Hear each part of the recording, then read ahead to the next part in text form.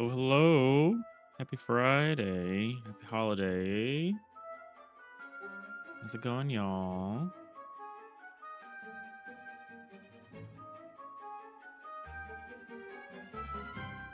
Hey, Nix. Hey, Rhiannon Journey. How's everyone doing? Blam. Usual was a holiday for you? Yeah, well.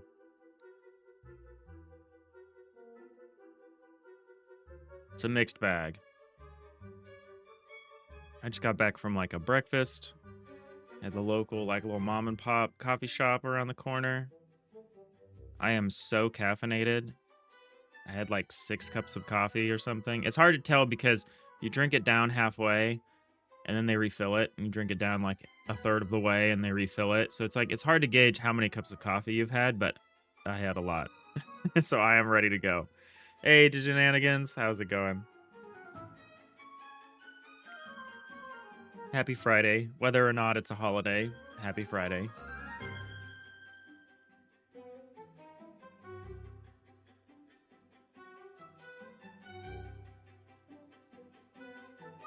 All right, I'm going to put a new song on and then we'll get started here.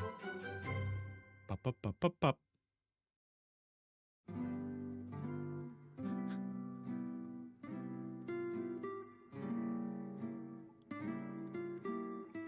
You're done with work next? That's nice. That's at least something. You had a small mom and pop breakfast places there? No. So what are the plans for today? Let's see. Oh yeah, happy Friday, Shenanigans. It's a long weekend for me. I don't work today. So we're just gonna do a few hours of game dev. That's all I gotta do today. I'm going to a show later, which is gonna be really fun with a friend of mine. Very spontaneous. Yeah, so we finished the block cutaway aware auto-tiled outlines. Say that 3 times fast. But what we need to do is we need to port that logic over to the selection overlays, because the selection overlays need to work pretty much the same. So that's the first thing we're going to do. And then we can kind of try to keep working on camera rotations. We could try to center the camera rotations, or we could try to fix the copy and paste tool, or we could ignore both of those and pick something out of this list and start working on that. We'll see what strikes us. But yeah, first thing up is to finish reviewing the selection overlays.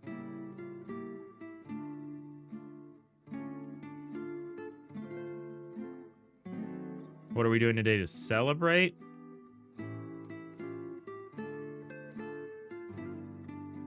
I already did that. I went and got breakfast. Hey, peasant.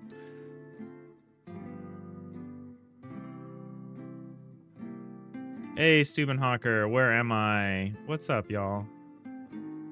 Shenanigans, you had your long weekend last weekend? You're Canadian? Your work just gave you the Monday off as well? Ooh. Nice. Taking most of next week off too, aren't you? That's gonna be nice. That's gonna be nice for you. Where am I? In your experience, what do I like and dislike about C# and Godot? Oh, okay, getting right into it. What I like about C# and Godot is that you can use the newest version of C#.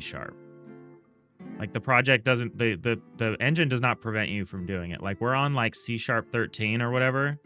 We're on like the bleeding edge of C# features, which is incredible. And anyone who has experience with Unity, especially like Unity years ago, knows that you don't get to just use the newest version of C# with a game engine, especially with Unity. So that's probably my favorite thing, is like we're taking advantage of all these new features, which is fun, like especially around spans. And like some like record struct stuff aren't new in and of themselves, but they just keep adding features. So that's awesome. Nix, your box fan finally arrived. A couple days late, you're finally cool. Nice, nice. Yeah, I know you were getting like baked alive. Don't net 8. Yeah. Nix, you personally didn't mind using an older C#. You weren't really interested in new stuff. We are really interested in new stuff. I can't think of it off the top of my head, but there's a bunch of features we use that weren't available before like 11, 12. Like, so we're using them. We're taking advantage of them. The thing I like least about using Godot in C#, I mean, there's a cop-out answer, which is that you can't web build right now. You can't do a web build in C# in Godot. But in reality, I think the issue is just navigating the managed to unmanaged issue, because C# is managed, but Godot is unmanaged. So there are costs. There are like marshalling costs and stuff to trying to talk to the engine from C# that you don't otherwise have. So it's a trade-off. So we're avoiding that by we only have one script that actually talks to the Godot API from C#, and that's like that's our root node, the game. And that manages all of the back and forth, and then as stuff that exists in our C# domain just stays there. You meant like a decade ago when you were using the old Unity? Yeah, Nix. Unity was stuck on like what, C#6 for like basically forever, it felt like. And yeah, it was, I don't know what it's like now because I haven't used Unity in like 2 years, but it was so cool just being able to be like, I wonder what version of C# this supports, and it was like any of them, like the newest one, whatever. It's like, oh, cool. So that's cool. We like that. Yeah, marshalling. Yeah, where am I? We get around that by being very careful and like pinning our data and like using only primitive types if we have to pass it back and forth. Like we minimize the amount of marshalling that we have to do, but you still have to do it to some extent. So I get around that by just not having a lot of back and forth. And that's okay with us because we're using C# as just our simulation layer. Like all the rendering and UI and stuff is all remains on the Godot side. And then we simulate everything in the C# side, and we just send back what we need to send back so that Godot can handle the rendering and the input. All right, so update grid tile map data. This is where the selection overlay occurs. Problem is I wrote this very differently than how I wrote the other auto tiler. This one works on layers. This one also works on layers. But the thing is, it's written quite differently. So I think creating a one-to-one is going to be a little bit of a trick. It's actually kind of remarkable that it works this as well as it does, considering it's totally a different process.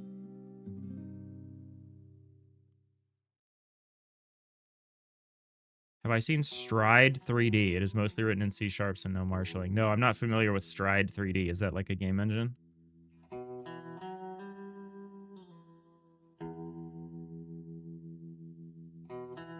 All right, so let's observe some of the tricks, some of the issues that we have with the selection overlay.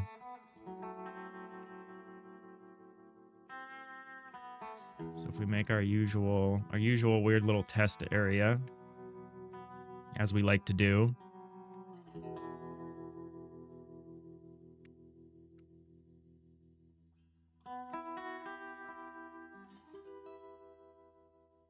Oh, I should have done that for multiple floors.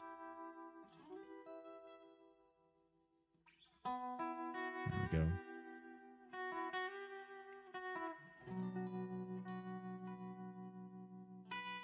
Should have done that for multiple floors as well.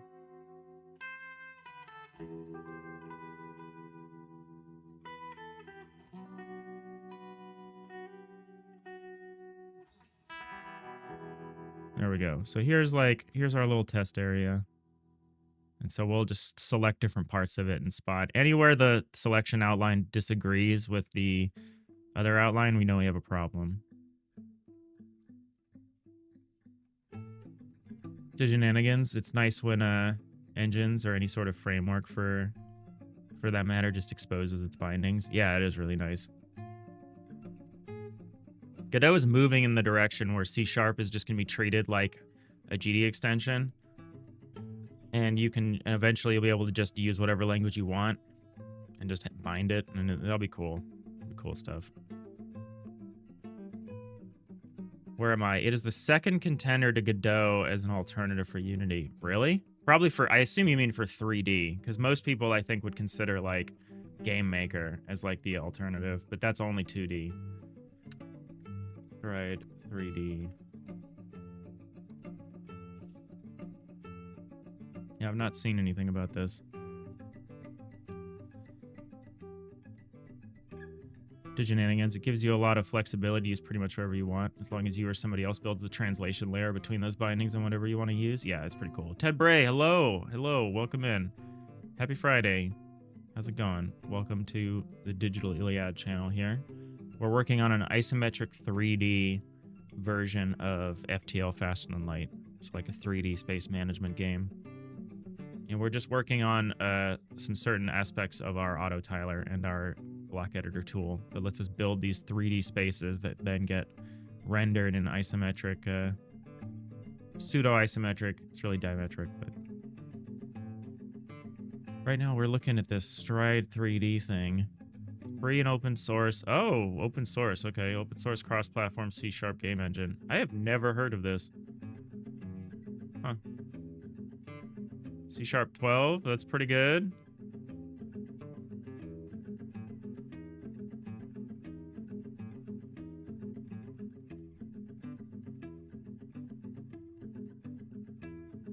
Not C# 13, you'll notice. Like we're using in Godot. But I'm sure it's a lot more work for them to support a particular version of .NET. Like I'm sure it's built a lot more fundamentally into the engine. Cool. Who uses this? Who would we know that uses this?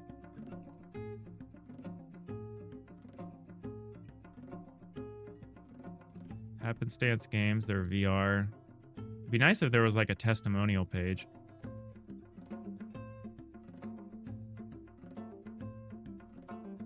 Cool. Oh, Distant Worlds 2. I love Distant Worlds. Distant Worlds is great. Yeah, Distant Worlds universe was incredible.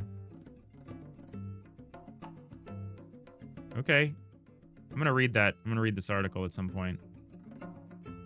That's all I need to know.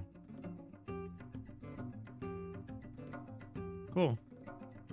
I haven't gotten to play Distant Worlds 2, but I would like to. I'm gonna open this. I'm gonna bookmark this article for later. Super cool. Nix, you're making pizza? Nice. Alright, so we've got our little test area. So let's just start selecting things. So yeah, so it's not doing the inner line. I'm sure it's gonna have a lot of problems with like half cutaways. Like, let me just start putting some columns around, just so we can see what a half block looks like.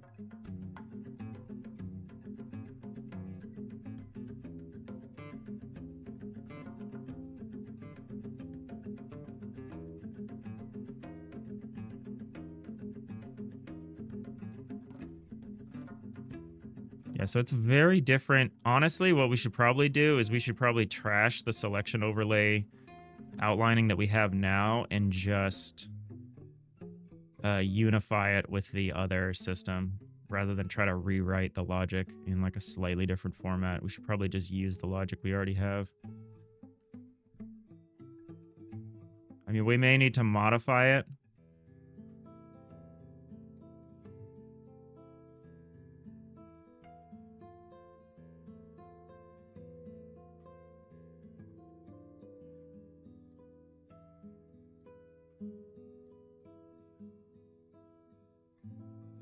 Does the selection overlay not draw over everything?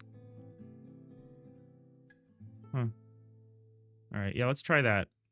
Let's try that to start. Let's just see if we can just overwrite this logic here. I wrote it to be simpler, which was nice.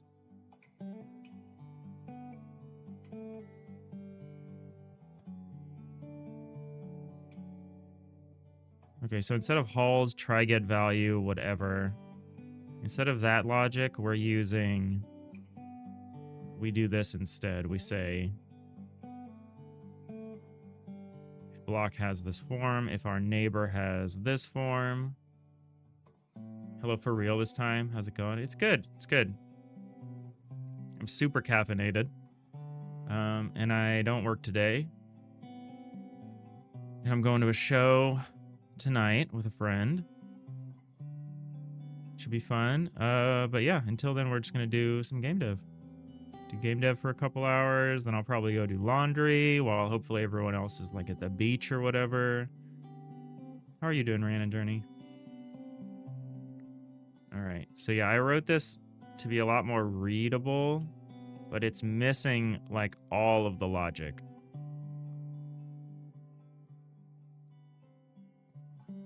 So we probably need to just...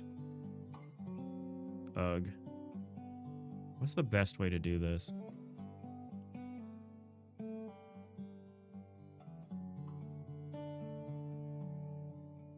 Because this... You can tell that the auto-tiling logic here has gotten complicated. And we really need the selection overlay behave similarly. So there's probably an easy way to do that.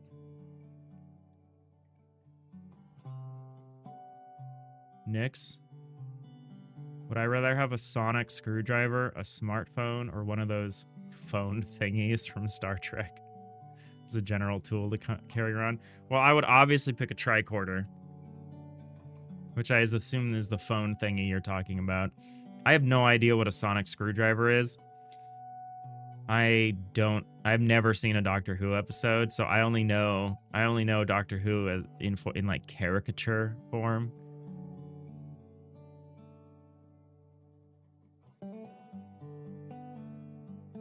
But yeah, I don't know if I'd get any use out of a tricorder because that's for like people doing science and stuff. But like, it would be cool. It would probably be healthier for me than a smartphone. Rhiannon Journey, you're doing pretty good. You got the day off. You did the dog walk this morning to avoid the fireworks tonight. Smart. You're getting now you're getting baked early and doing some dev. Nice, nice, nice.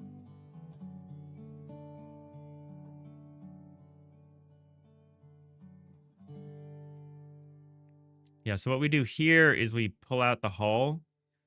So earlier on, we figure out what hull type a wall is based on everything around it. I think eventually this system is going to go away.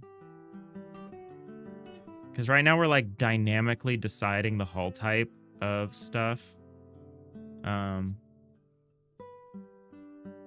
You two next, nice. Right now we're dynamically determining the hull types based on where the blocks are and what they're like and stuff. And I guess we'll do this to an extent. But eventually that information is going to get baked in. So I don't know about that.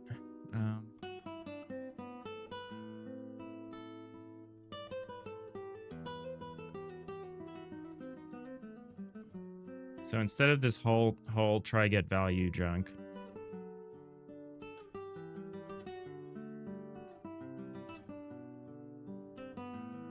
what we do here, instead, when we're doing the selection overlays,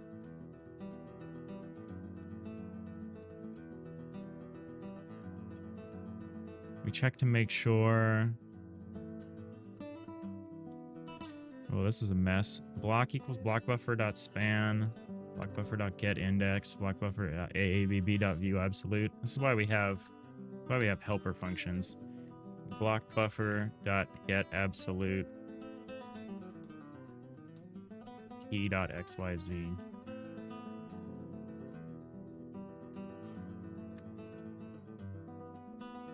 Okay, so here we look at the tiles. So we only operate after all the tile data has been collected. That's important. It's an important difference. Here we have a get or default.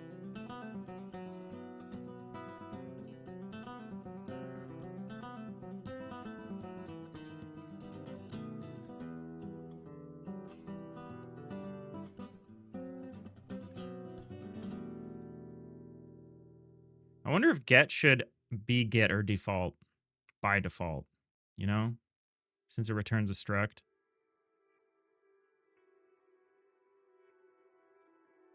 Because right now I have get or default as a separate function, and I think currently if get fails, you get an error. It throws an error.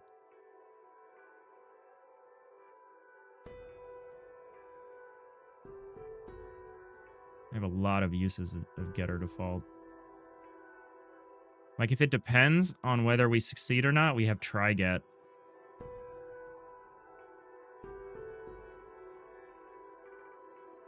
I think that's probably better than like hard crashing, is to just have get or default be the default functionality.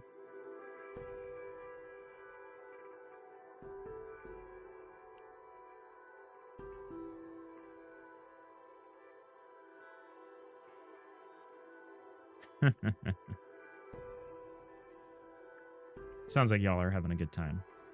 That's nice.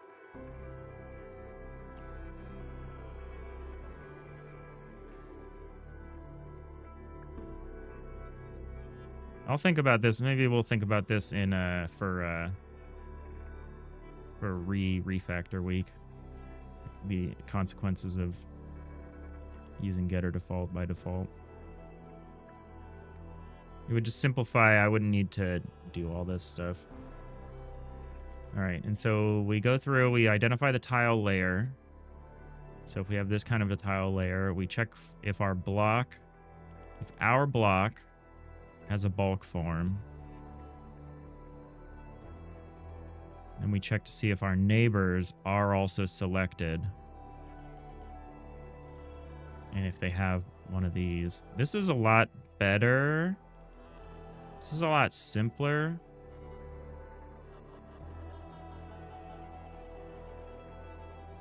Trying to think of a way to avoid having to just recreate literally all of the behavior from up here down here and then having to maintain it separately. But I can't totally think of a way to do that because the selection outline is different.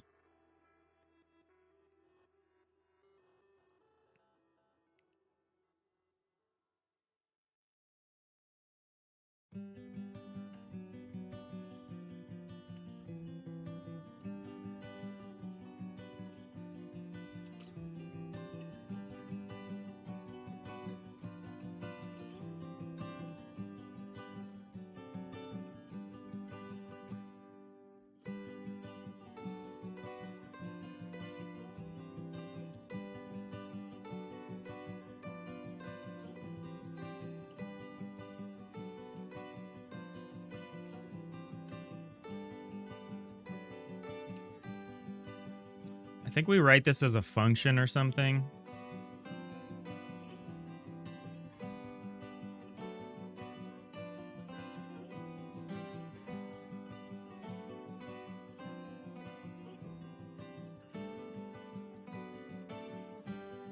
I'm wondering if we can split this off to work the same way with maybe a couple of flags for some distinctions. I just don't want to maintain 2 copies of this. That's like subtly different. But maybe there's no other way at the moment to easily do that. That's very possible.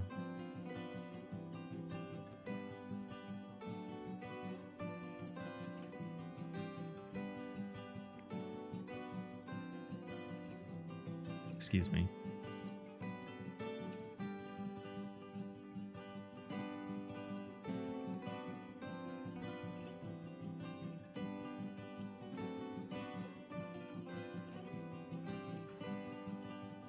Maybe I try writing it as a function and see if that works out. See if that just makes me hate myself or if it works okay. Merge block buffers. Get rid of this. So that's what we did for output pack tile map data. We feed both the selection overlay and the regular tile set into that function, and it mostly works. Hey, Skywalk, how's it going? Skywalk. The logic was impeccable, Captain. Flying in. Ripping the big one over there. Nix, the only thing you hate in pizza is how delicious the ingredients are. Yeah, that's a real problem, isn't it? It's like how good pizza is. Okay, let's say private of void. Should it be void?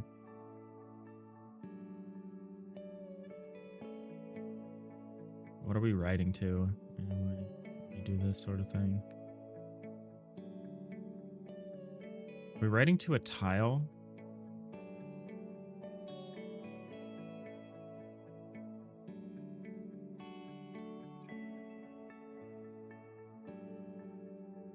Yeah, we are.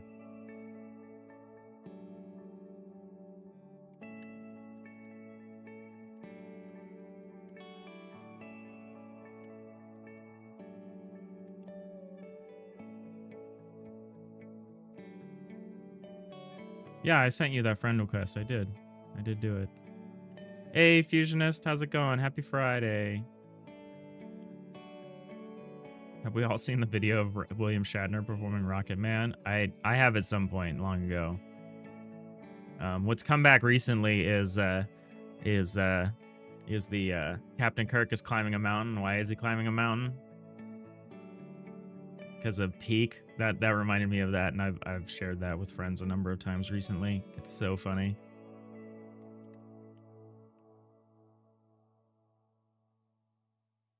Digitanigans, you're digging into Stride 3D a little bit. Looks interesting. If you knew about it, you might have used it for the game you're working on. Seems like it handles a couple of things better with the workflow you're going through than with Godot. Nice, nice. You love knowing about a workflow after you've committed to a different workflow. Rihanna Journey, you love Captain Kirk is climbing a mountain. It's so good. It's so good.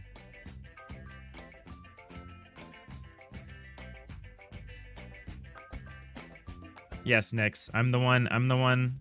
Yeah, that's my avatar. It's this cool little animated drawing of Dr. Strangelove that I've kind of arranged the frame and the background and everything just so to really accentuate that. All right, so can we have like maybe like a set? No, we can't do it like that. Can we have like it be like a set tile atlas?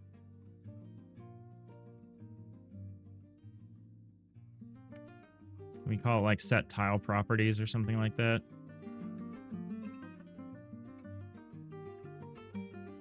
I'm trying to think of how to write this function out for just the outlining logic, just so we don't have to maintain the outlining logic twice. Because it's gotten complicated, and I would rather just maintain it once. Problem is, we switch off of a layer thing. So here we switch off of key W. Down there we switch off of tile keys. And we have some logic, like if fold-that cutaway contains continue. I don't know if we can do this. This might be a waste of time.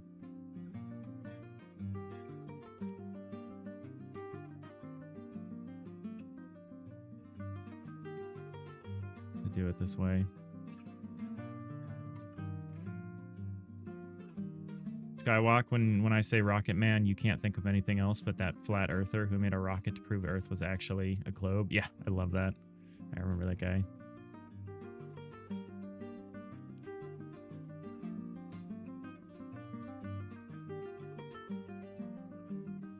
All right, so what this does, so the current grid tile map update thing only operates off of the tile data that is set in the previous step.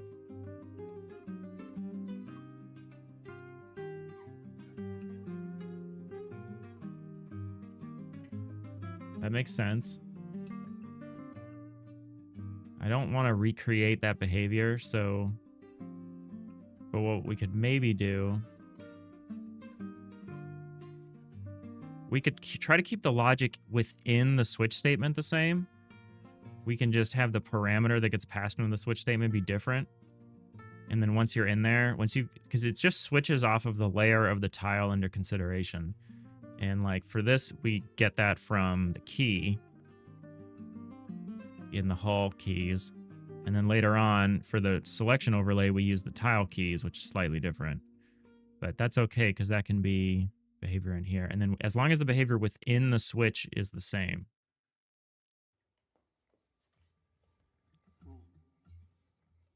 then it's okay. Then the switch statement. Oh, the source tile stuff is going to be so different, though. That's fine. So what we're going to do is we're going to send in, we're going to have like a bool selection. Eventually we could make it like an enum where there's like different properties for different overlays, because we'll probably have more than one overlay eventually. Right now we can just have a selection overlay separately. What else do we need to pass in? Do we need to look up the block buffer, or can we do that in advance? Hulls. So you do these hulls, try get value, key whatever, out adjacent. So you use these adjacent tile information. You also use adjacent tile information, but you pre-cache it here. And you get it from the block buffer. And that's okay.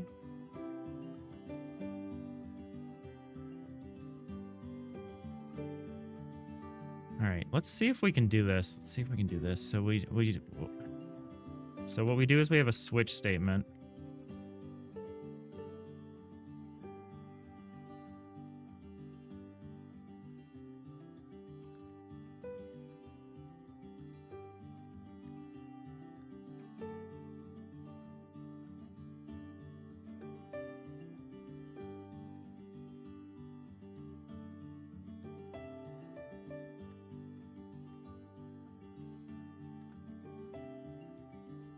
We might need to put the adjacent stuff in an array.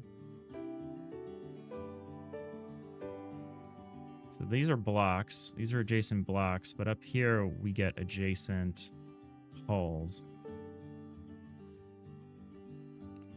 Well, this is a member variable. So we could just call into that, couldn't we? Down here, we're not using a member variable. Or are we? Yeah, we're using the block buffer down here.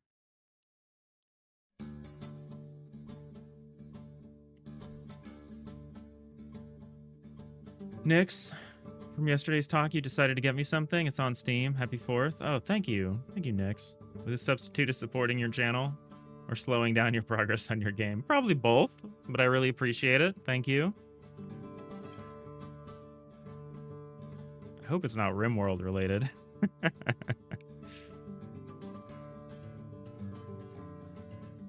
Or you'll be dooming me here.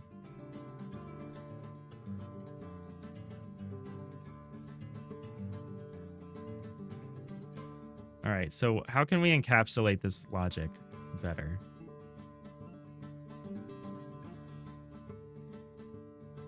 I should probably have these side by side. Can I split right? Okay, yeah, I can have it open in the same place. So let's look at this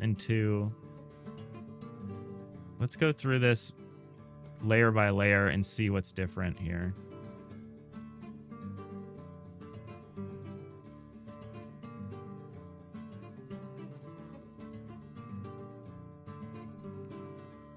So yeah, this behavior is really different. So like layer X here has all of these checks. We're just going to compare layer X to layer X for now, or deck X, I should say.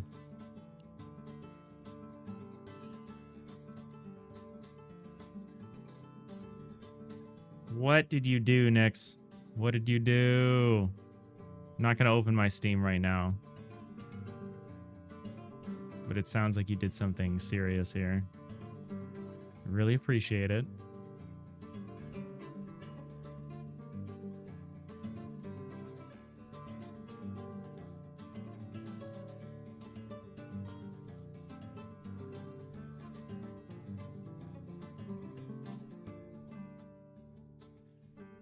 All right, so when we go through the tile layers here, we set the source ID as the hull times 4. Set the source ID as...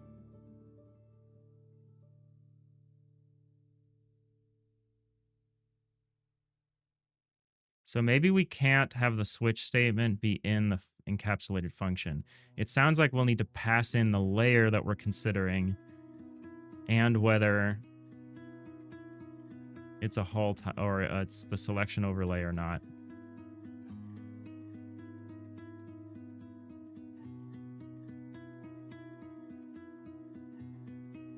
Oh, that's why this is so much simpler.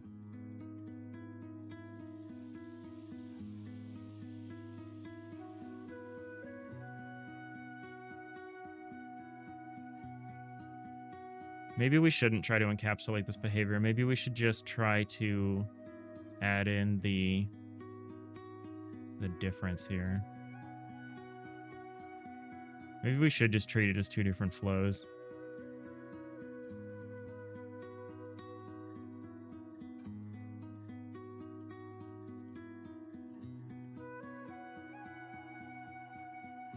Hulls, try get value, key with W. So if we get a bulk, we can pull out the bulk. Similarly, we ask here, does our block have a bulk?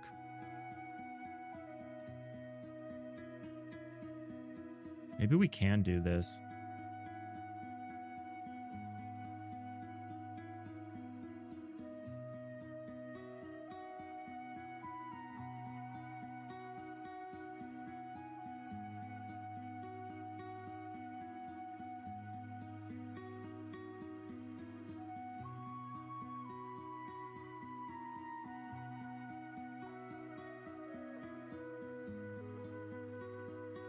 Alright, so if we were to do this, it would be like... So we can't have the switch in here. It would need... Well, we would need to say something like tile.layers layer.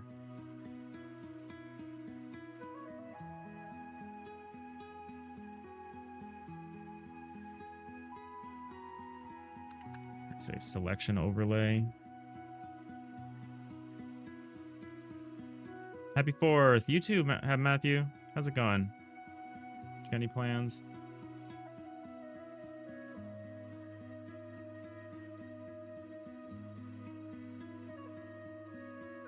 Also, next 2 is the definition of a couple, by the way. And you said 2 is hardly a couple. Yeah, I guess that's what hardly means. It means strictly.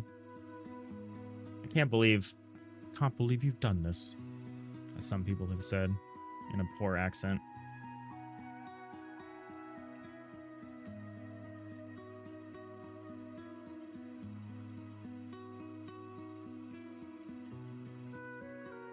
That's really, really incredible. Oh, my phone is telling me I've received a gift from a friend. Let me see what's going on here. What have you done?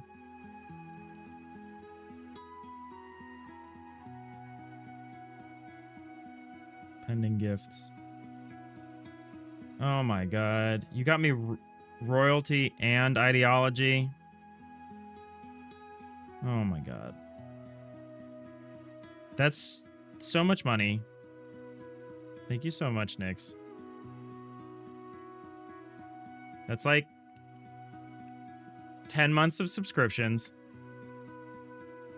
Matthew, you have absolutely no plans. You're just enjoying not being at work. Nice, nice. What about me? Yeah, I got back from a breakfast around the corner.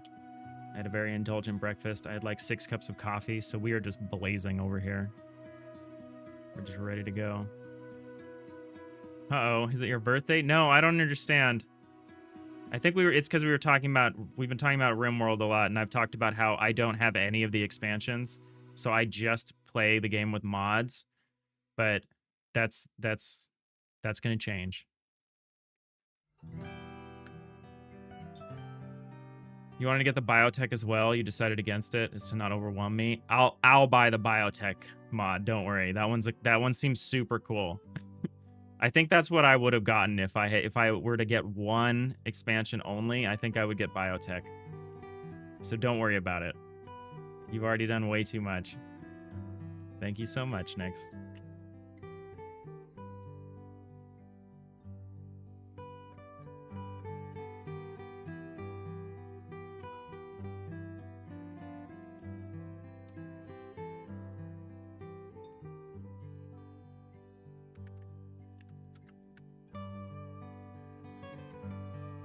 I gotta give you that. I gotta give you that VIP. That VIP icon here. That's so kind. Thank you so much. There's like, I don't know what else I can do.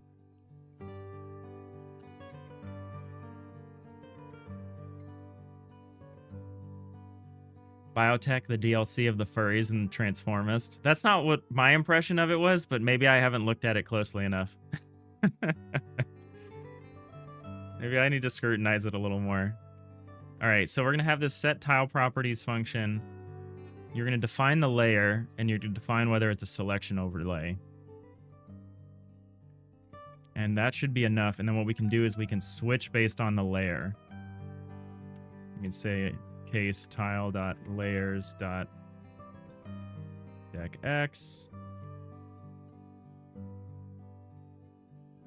We'll just list out all the... Wow, the auto tiler is actually kind of working.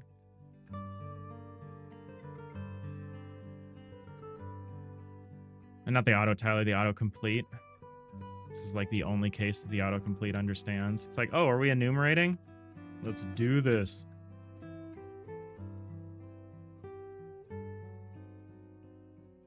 Door. Let's see if we can write this. I would love to encapsulate this behavior so we don't have to maintain it everywhere.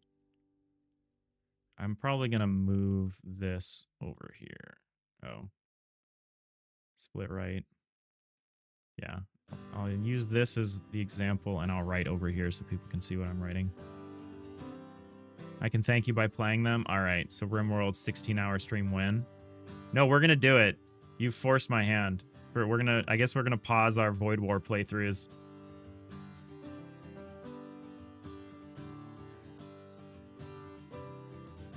We'll do some RimWorld streams. We will do it. You've essentially sponsored the streams. I don't know when we'll do it, but we will do it.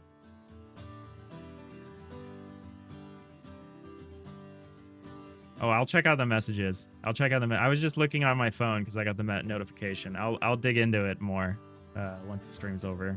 Thank you. Thank you again. So incredible.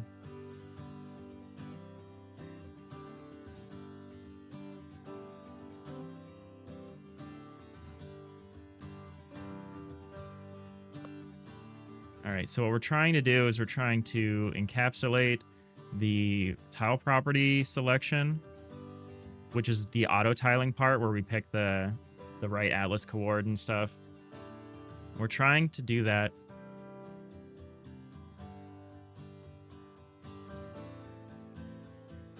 We're trying to do that in a general way so that we don't have to write this behavior twice or n number of times. I don't know if this is going to be successful, but I'm going to do my best.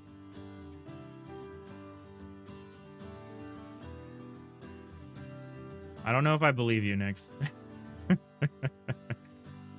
don't know if I believe that's true. Oh, I figured out what way to change the rules of the stream and the Discord to make it a little more clear about sharing stuff. I changed the rule, please link responsibly, to share content responsibly, which I understand is vague. You really like the stained glass ones, Fusionist? Yeah, me too. They were pretty incredible. We looked at them yesterday a little bit. It's very cool. But yeah, sharing content responsibly means, like, you know, keeping it safe for work. If it's not safe for work, you put spoiler tags on it. and content warnings and stuff. Like, I like making vague rules just to give me some wiggle room in terms of enforcement, but I did realize I didn't make it super clear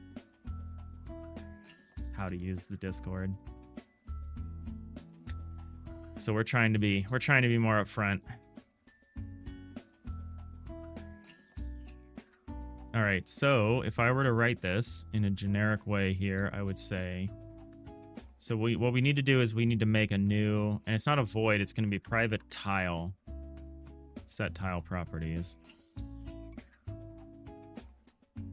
I guess we could take the tile, right, as the input, and then output the same.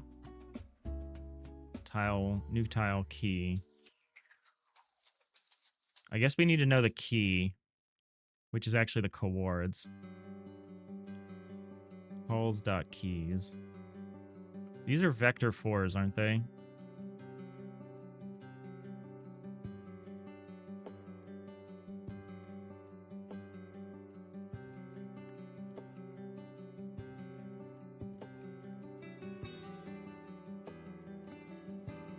So instead of tile.layers, it would be like vector 4i tile key. And this would be tile key.w. But it would be tile.layers tile key.w.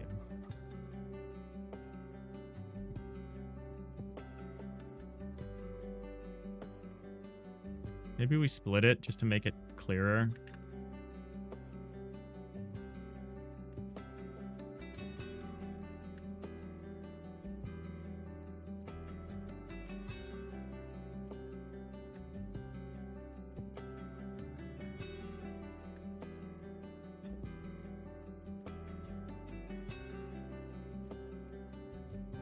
Were your picks that bad that I have to make more rules? No. You just asked a question about sharing stuff, and I realized I had nothing written anywhere about, like... And I arguably still don't. But our community's young. It's like, it's a new community, so it's... I think it's just important to be purposeful about setting standards, right? Maybe I should add a guide under the rules that's like how to share content responsibly, because I do agree that it's vague right now. And maybe that's where I can write down things about like spoiler tagging, not safe for work content, and like adding content warnings and stuff. Because I don't want to keep people from sharing stuff. I just don't want anyone to like, you know, drive anyone away either. I don't want to drive anyone away either way, right? I'm very much of the opinion that like transparency is the way to go.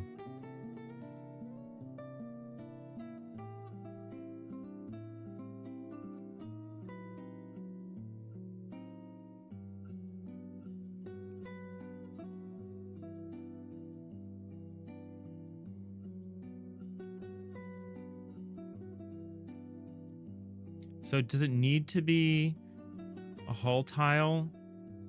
Or can it be a block? We do need to figure out...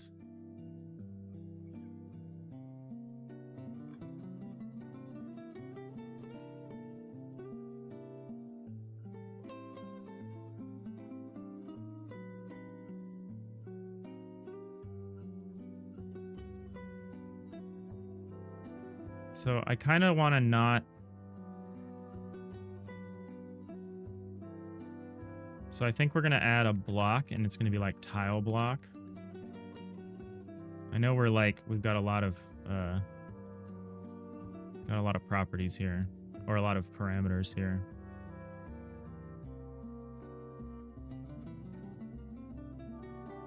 So does that mean if you spoiler and tag your stuff as not safe for work, then you can post your other work?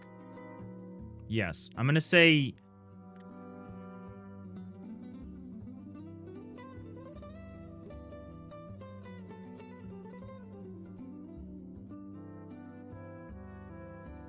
How about you message it to me and I let you know?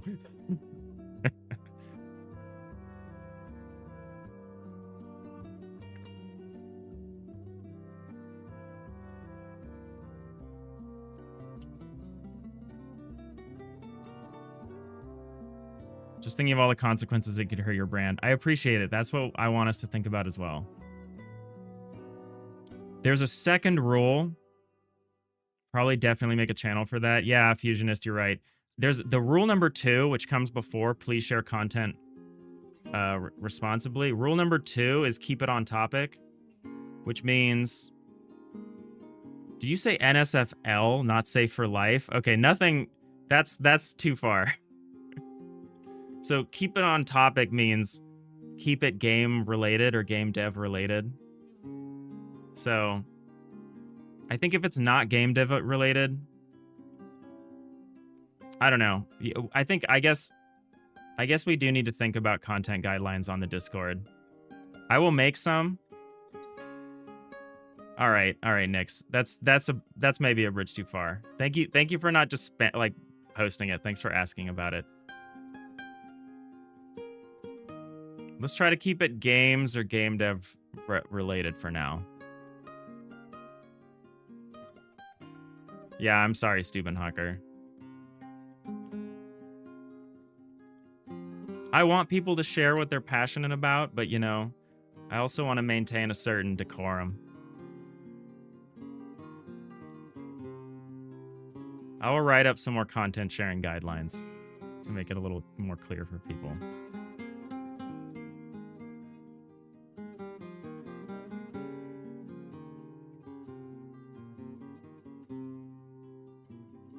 But I really appreciate it. I really appreciate your support and your, you know, asking before doing stuff and thinking about the community and the channel.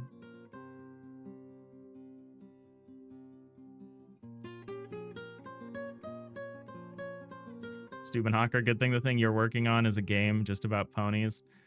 That would probably, you'd probably be able to, yeah, that's way to game the system. No, I'm just kidding. All right, so what we need to do here, so if we're not going to refer to the hull, so is the source ID the same in any case here? So here we could say source ID. Well, what we need to do here is we need to say integer source ID equals selection overlay. If it is a selection overlay, then it's just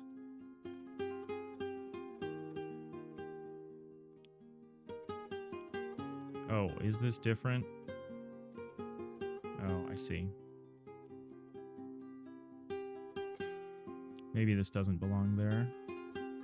Let's see.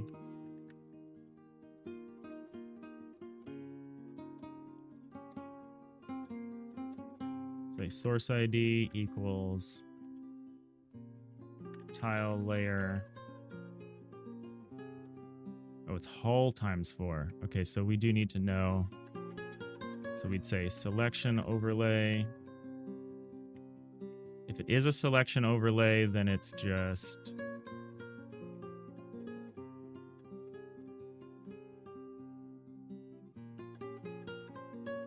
and it's 0. You could say not selection overlay.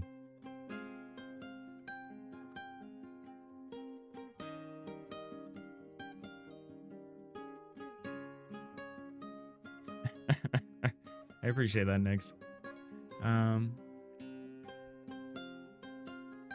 So if it's not a selection overlay, I feel like we're making this harder for ourselves, but I want to at least make an attempt at this. I want to get this selection overlay thing right, so we don't have to touch it for a minute.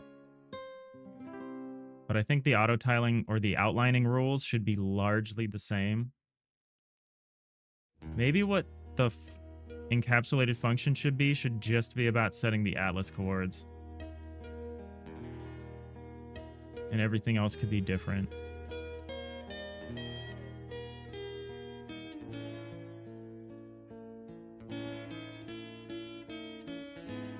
Maybe that's the way to do this. I don't know. Let's see if we can do it the whole thing. See if we can knock it out. So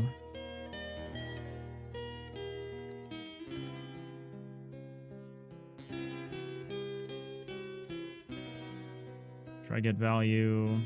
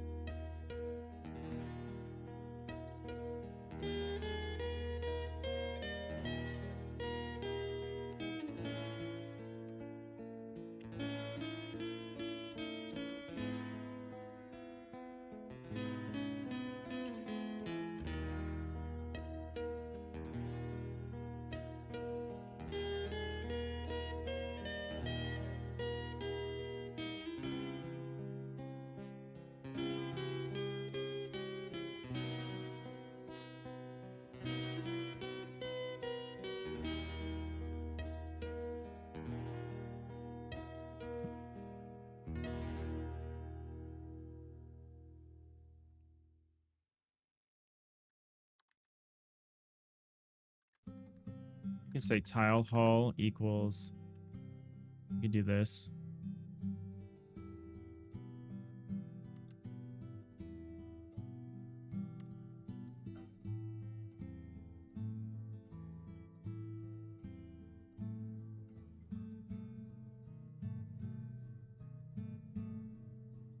I think we're going about this the wrong way. We're just gonna add on the logic. I've changed my mind. We'll save this for a refactor week deal. This whole, like, let's see if we can encapsulate this behavior. I think it'll be easier to do that if we've already written the behavior. I'm just thinking from a maintainability standpoint, this is gonna be a pain in the butt. Because now we have to expand each of these branches with a bunch of additional logic. Maybe what we should do is change. We talked about changing from having 3 hash sets to a single dictionary, to a single hash map that has these cutaway states in it.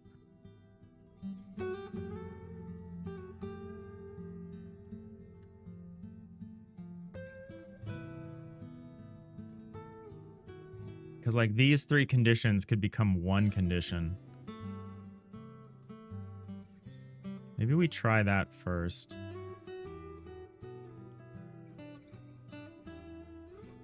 So instead of having all 3 of these, instead it would be like, we'd have like a cutaways dictionary.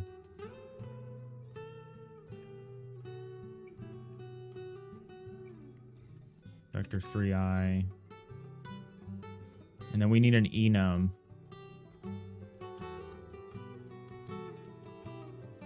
We need a cutaway enum.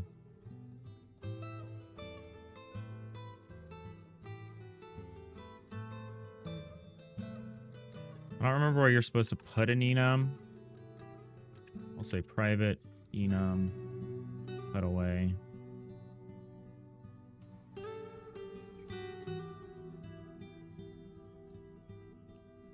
We would say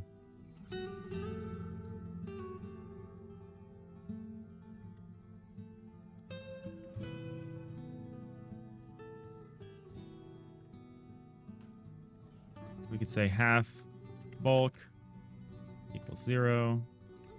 We don't even need to define those values. We just say half bulk. Or should it be half bulk? No, it should be half.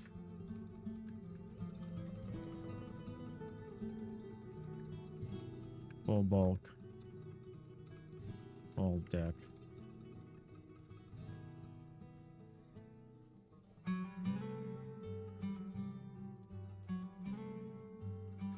We can say cutaway. It needs to be cutaways. So it actually needs to be 1, 2, 4. So this needs to be a field.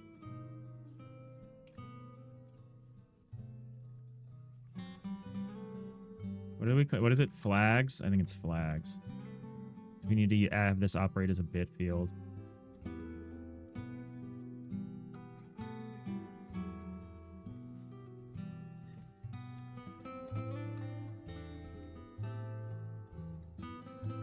Let's see if this makes life easier for us.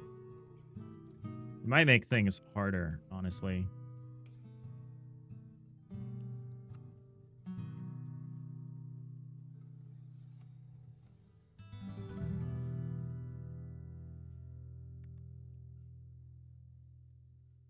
We're going to say cutaway singular.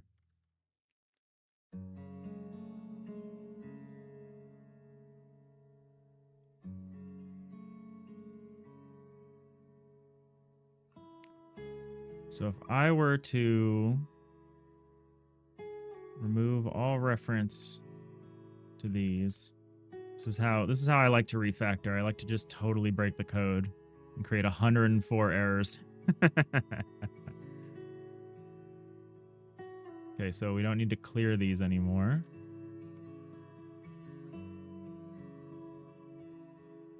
101 errors in one file. That's what I like to see. Next, you gotta go AFK. You just fell and poured Coke all over your desk. No! Including your keyboard. It's been a year. You need to clean it anyway. Good luck. Thanks again. I'll check your message after the stream. I really appreciate it. You're very kind. Good luck with the keyboard. Cleaning a keyboard is a huge pain.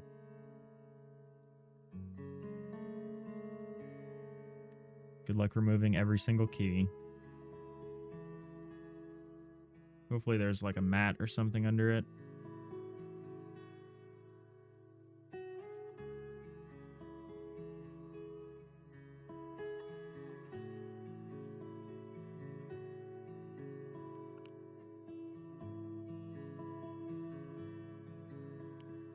So half-bulk cutaways.add. Instead it would be cutaways cutaway.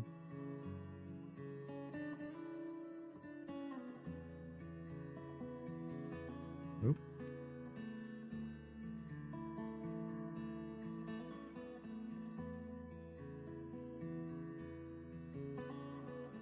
Cutaway dot contains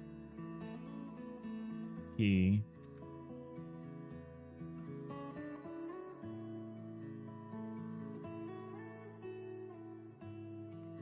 So if it does, it's going to be cutaways block corners or cutaways dot half bulk.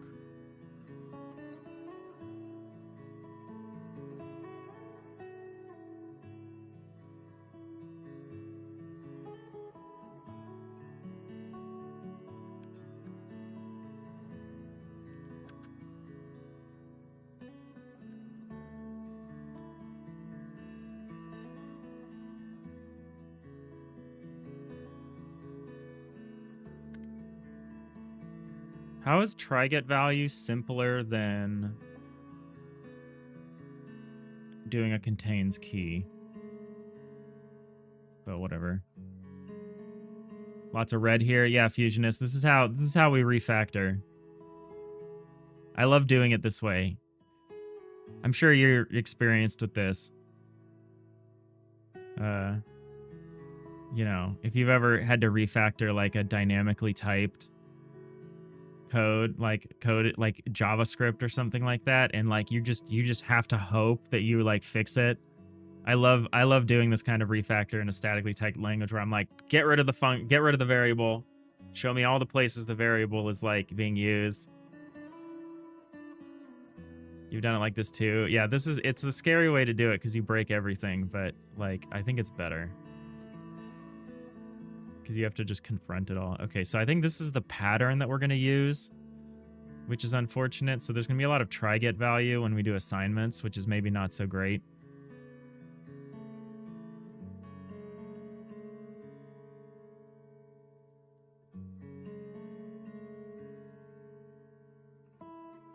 Maybe we don't need to do it this way. What happens when I look up? What happens if this lookup fails? Can we just do this?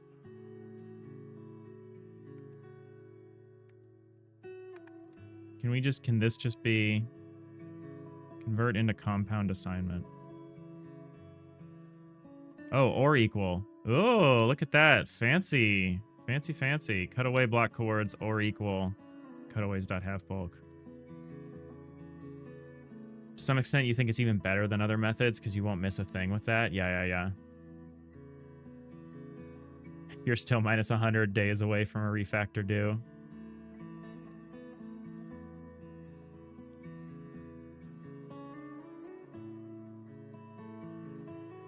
Shenanigans. You're gonna blame Where Am I for making you go down this rabbit hole.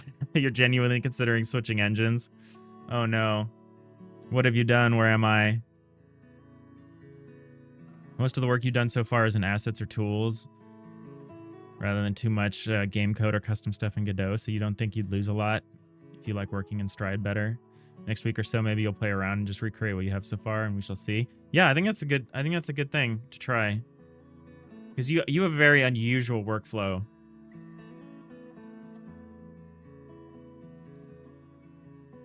All right, we're going to try this compound assignment to prevent us from having to do all these annoying try-gets and stuff.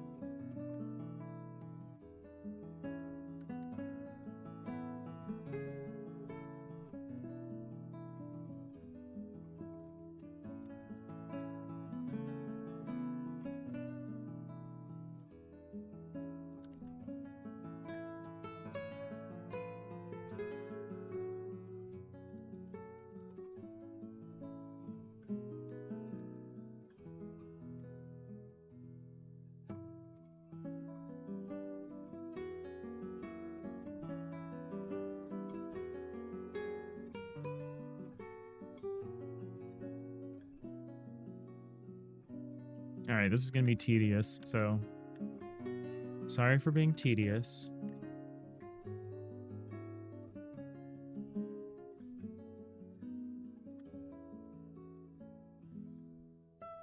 Anyone else working on anything or have fun plans for the weekend or anything they'd like to share?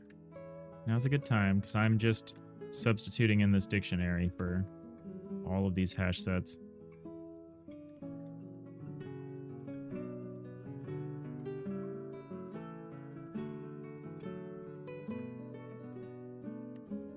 Tedious is good, means you're not making mistakes. One can hope.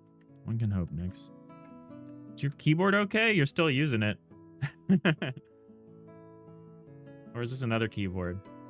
Fusionist, you haven't had lunch? You gotta get that stuff ready? Yeah, lunch. Love lunch. One of my top 3 favorite meals of the day.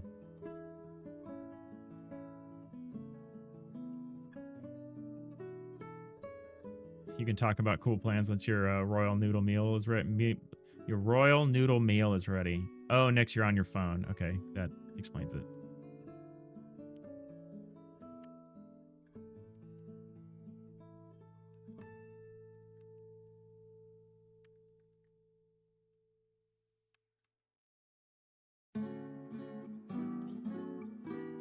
So we're saying if we contain this, if full deck cutaways contains this. So how are we going to express that? We're going to say if cutaway dot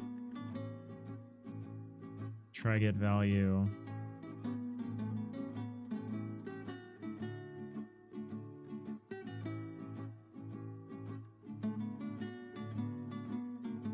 try get value key dot xyz out var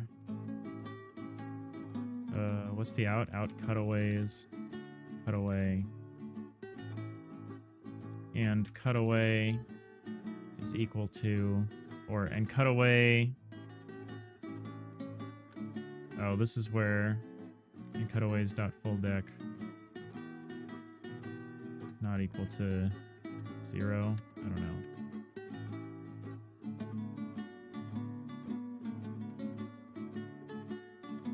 This is why I usually add helper functions for this sort of thing.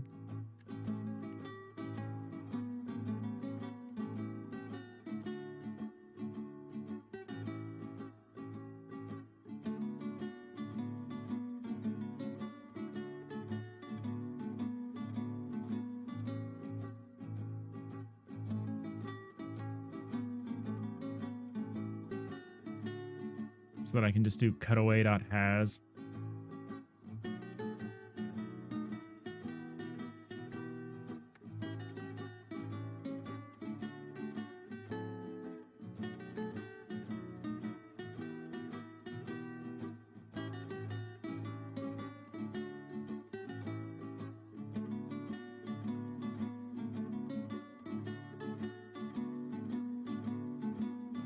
Keyboard is getting taken apart as we speak. Well, you're right, but yeah. Keycaps are getting ultrasonic cleaned. Ooh. 11Z's has got to be one of your top 3 meals, Ran and Journey. Yeah. For me, there's nothing like a good second breakfast, you know? Diginanigans, other than getting sidetracked about switching game engines, you just finishing up some work before the weekend? For sure, for sure. Yeah, that was me yesterday.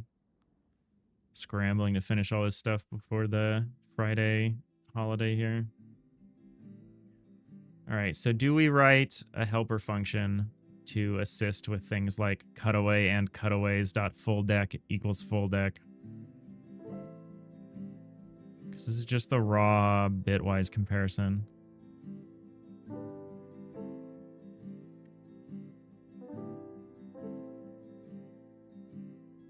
I think for now, let's just proceed this way. Also, I usually don't write it like this, do I? I usually do it like this.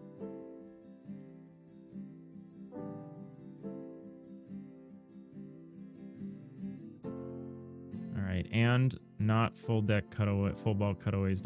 Yeah, no, I'm gonna need, because we're doing a containment check, but we're also checking the value, so we need a has.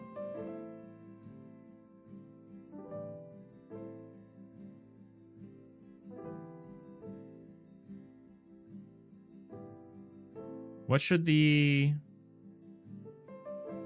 Where should the thing be? Should it be...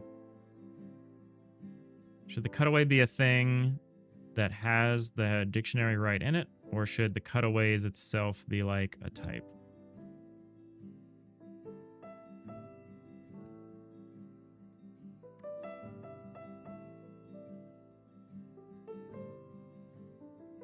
How do I want to do this? Let me look at how I've done some things like, so block.forms.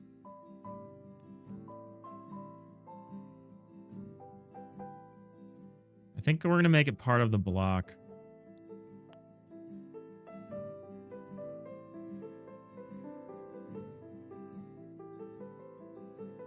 That doesn't make a ton of sense, though. No, maybe it does. Maybe it does. If we make it part of the block, it's a lot easier to deal with. And it's just an enum. It's not like a huge... Should it be part of the block data?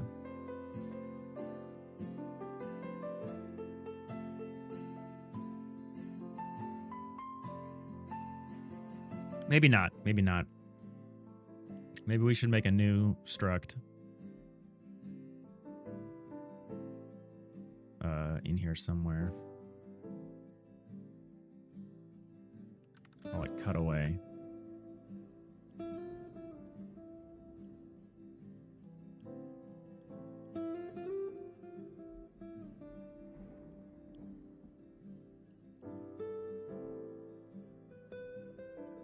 We call it like the extent. Or the extents.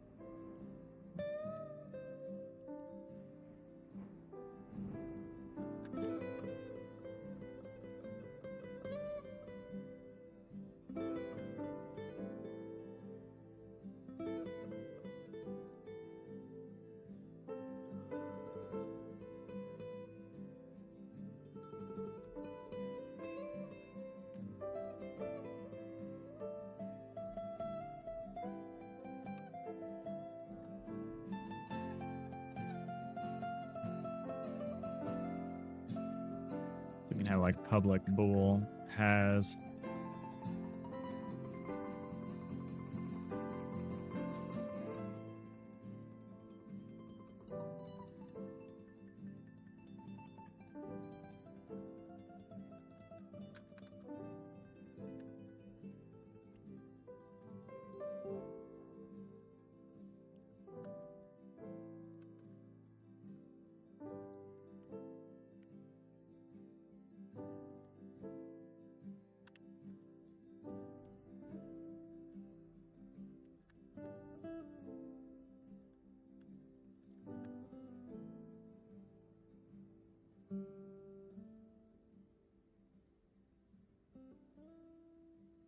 Is this missing a reference to itself? Why do you need a reference to yourself? Whatever.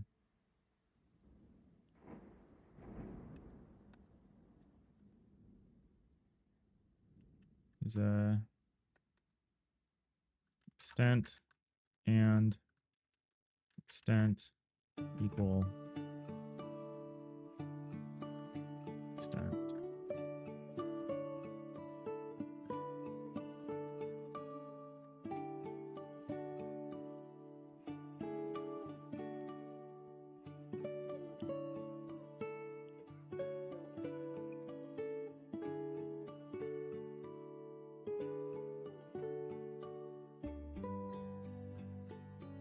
We need an equals and a get hash code.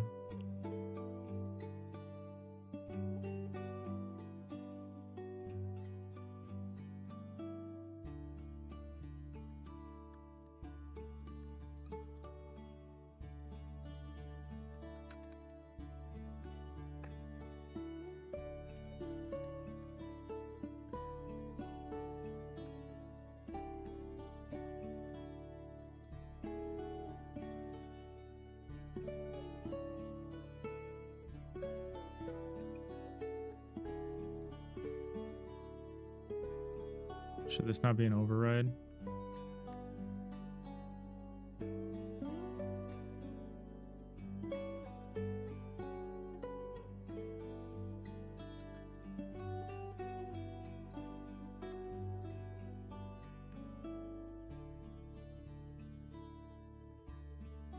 Oh, the override is the get hash code.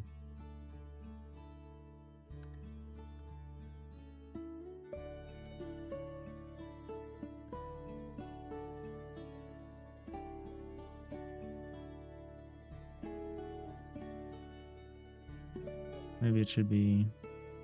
There we go. All right, we'll keep it. We're gonna keep it super simple. I just like to hide these bitwise checks and operations and stuff behind a struct.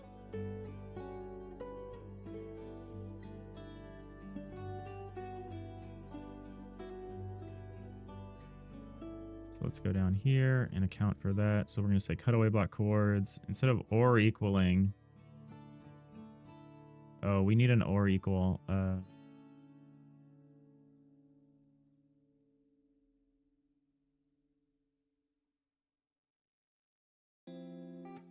I need a static operator to handle that.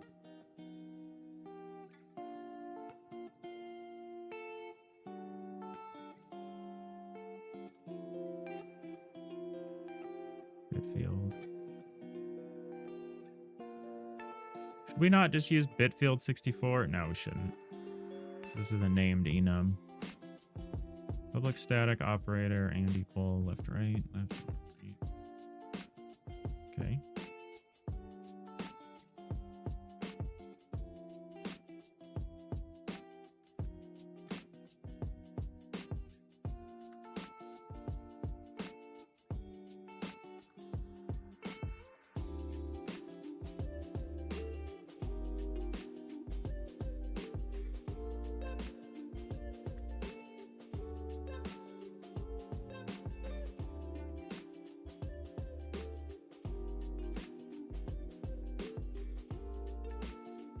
I also need an implicit operator that lets me create. Okay, I need something else first.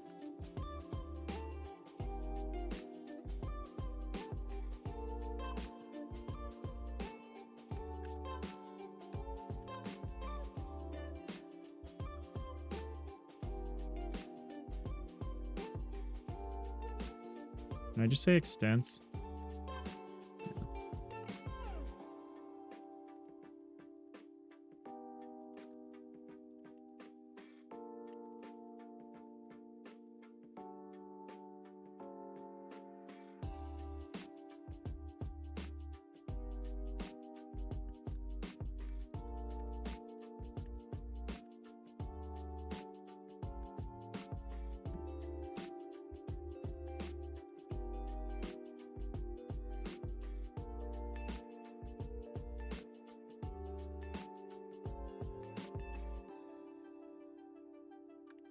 we can return left or right. Oops. So we need this first.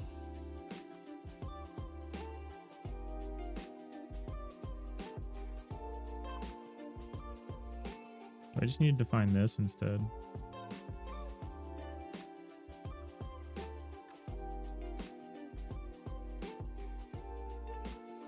It's recursive.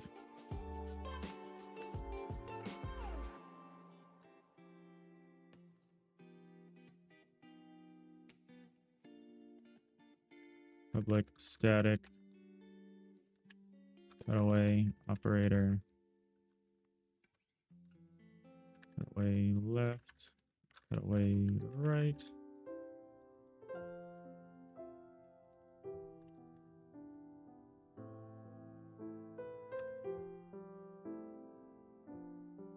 Why doesn't this work?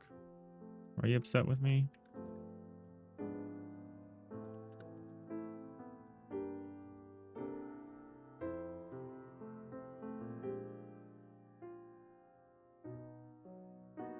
Is this not a valid operator sign? What? Oh, so does the compound operator come from somewhere else? Can I just support this now? I think I need to change this to be cutaway. Should probably call that cutaways to be consistent.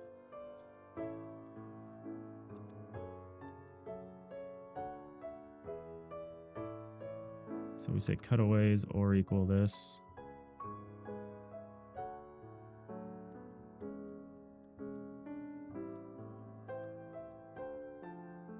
Why can't I mix those? With the implicit, it should be trivial to do this.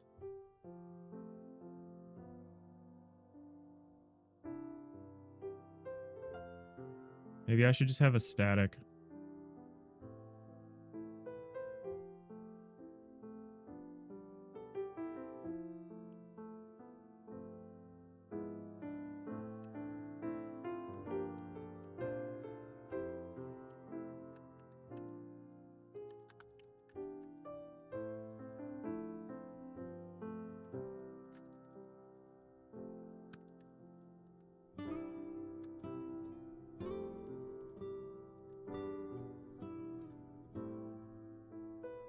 You think you might head out?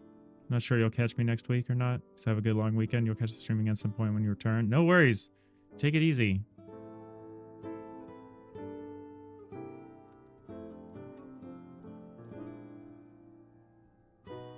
All right. Yeah, so the trick... So I might make a new file.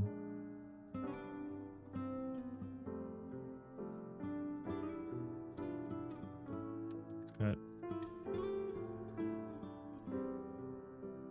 We should call it cutaway.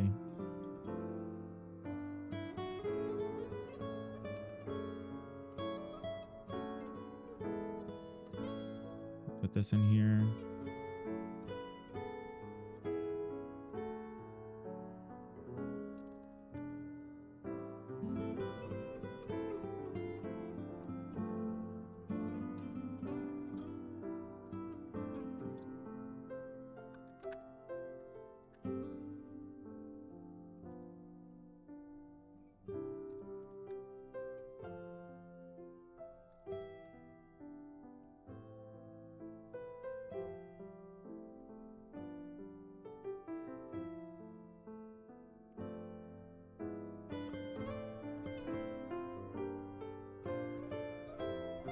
Next, so anyone going to a good barbecue, shooting fireworks, whatever else you crazy people do to celebrate this Star Wars day?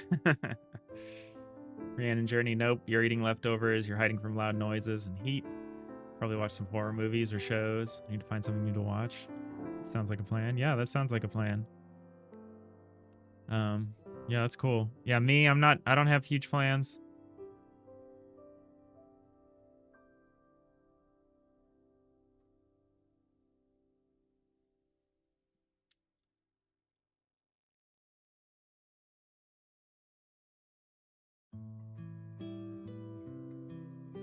The weather's pretty nice, so maybe tomorrow or the next day I'll go out. Maybe go down and walk down to the beach or something. Fusionist. Apart from work, you're going to finally stream again. Oh, let's go. 1070 Ti does more than enough for you. That's awesome.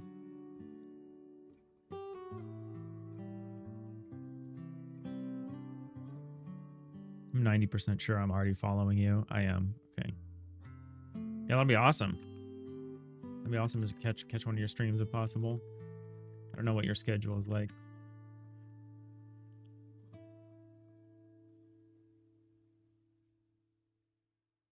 Oh, public read-only partial, not partial read-only. That's my problem.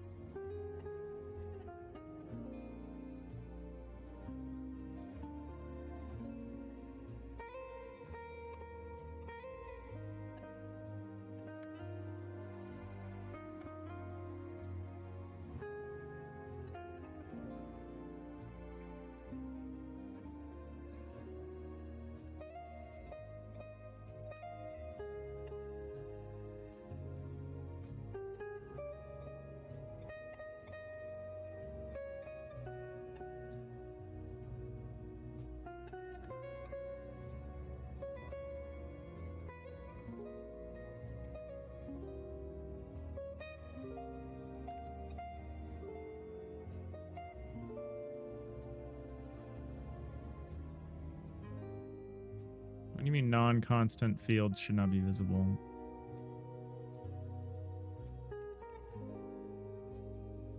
That's why.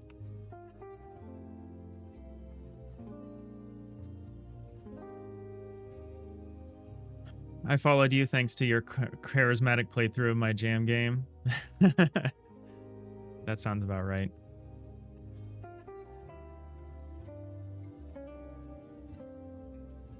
It was the Riz. All right, cool. So now we have a little struct for cutaway, different cutaway levels. And we can use our little helper functions like cutaway.has to save ourselves a lot of trouble. So we got that. We got our little helper functions that should, you know, help. So let's get back to the massive refactor we got going on here. So now we can say cutaways or equals cutaway.halfbulk.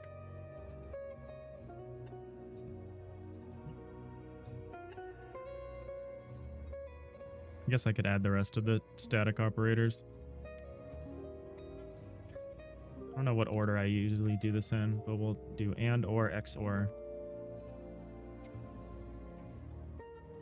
Guess I should have checked.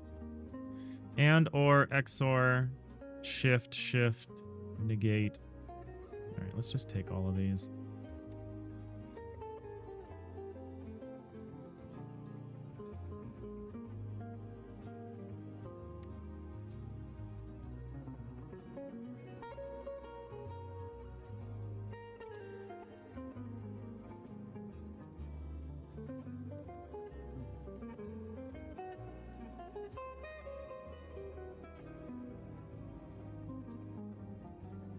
I have a lot of bit field structs.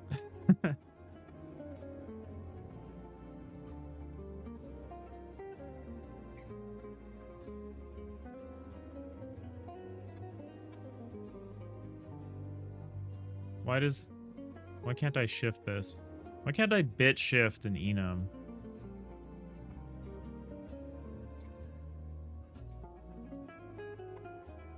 That's fine. I guess that's kind of a less meaningful thing to do in this case.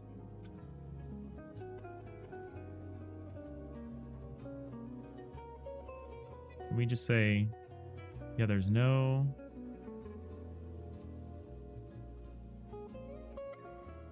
What kind of bit shift does work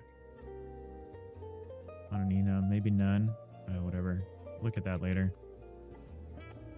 Enums are weird. I know. Enums are weird. We use enum. I like enums for stuff that's defined ahead of time. And then we made our own little helper function for stuff that's not defined ahead of time, like rooms.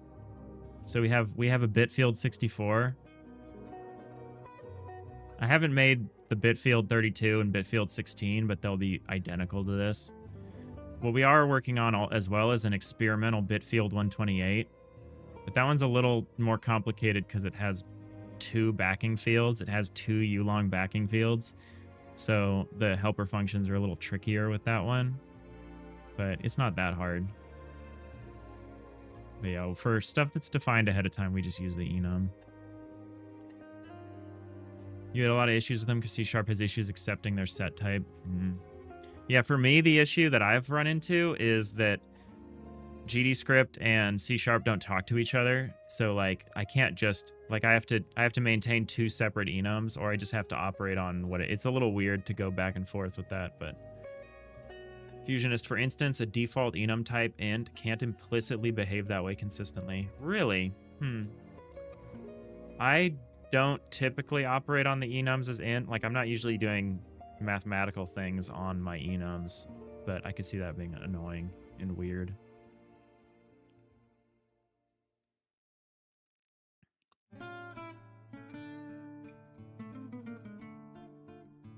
I almost always use them as flags, as a bit field. All right, so we're going to say cutaways or equal cutaway dot half bulk.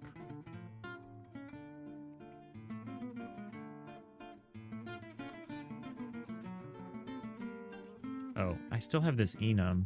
Gotta get rid of this.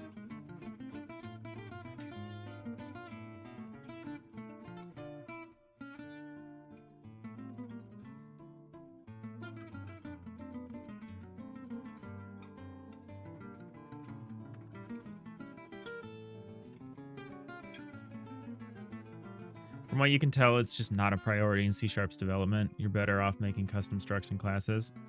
Huh.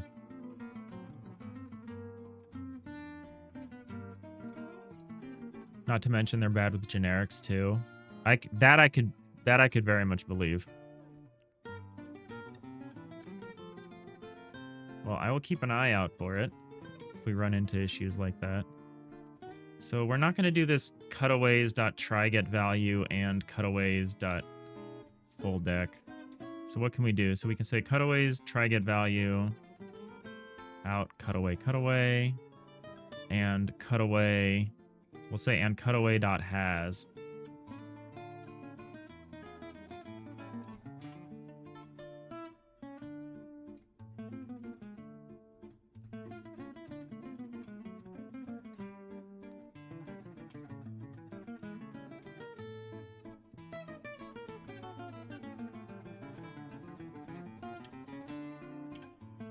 What? Oh.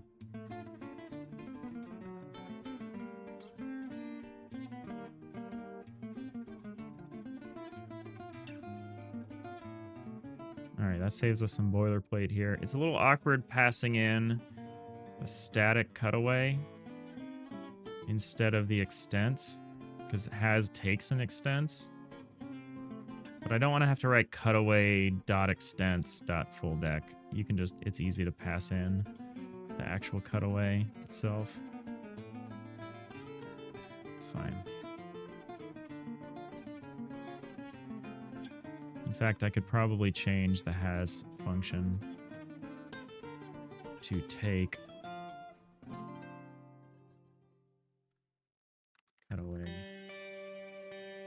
cutaway with extent and cutaway dot and cutaway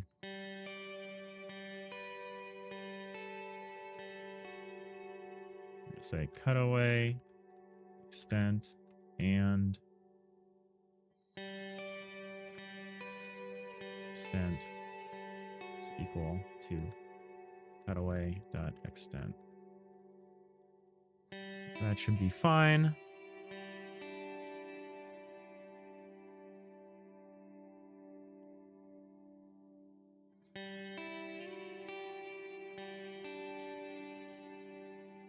How do I do it here? Or I guess what would more make sense is how do I do it here? Has forms, form and form is form. Yeah, maybe that's the better way to do it. Yeah, this is not as good.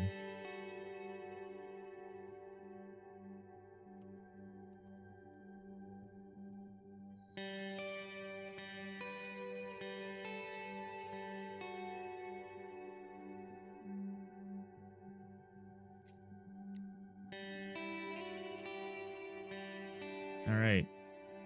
Only 94 errors left to go. This should be easy now, though.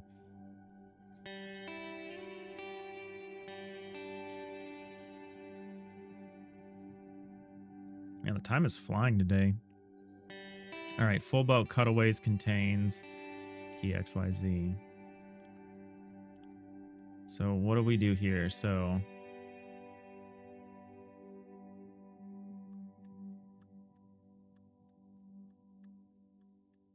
you got 99 problems and 94 of them are errors in your code base. Yep, that's me.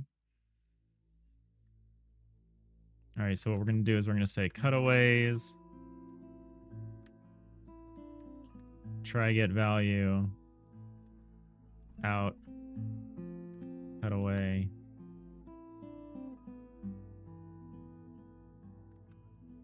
Cutaway. I don't think it's going to let us do this multiple times.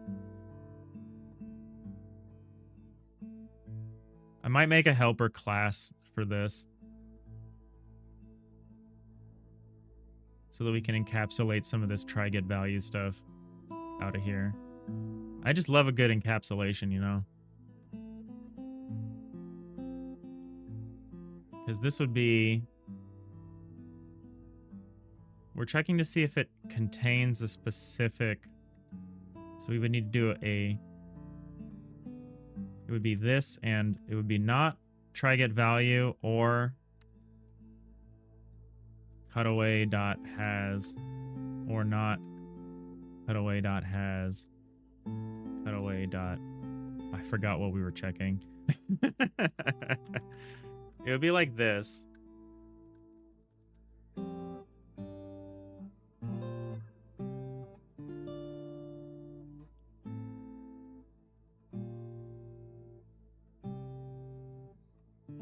A local variable named cutaway cannot be declared in the scope. It would give a different meaning to cutaway. Oh, well, we could just pull this, couldn't we? Where else are we defining cutaway? Oh, here. Key out cutaway. So it would be if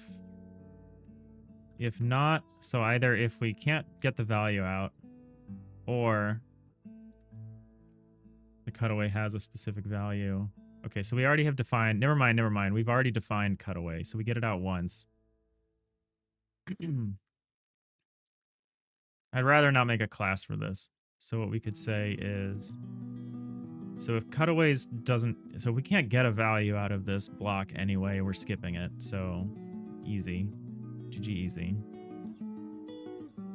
So we can skip this. So in that case, all we need to know, I don't remember this though. I don't remember what we were checking. Okay, I gotta undo this.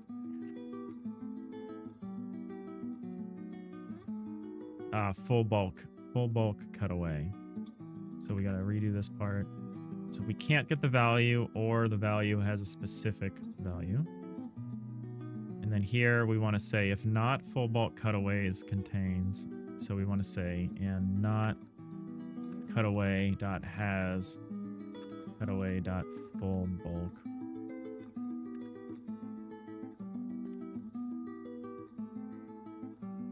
Did I just say using cutaway.extents?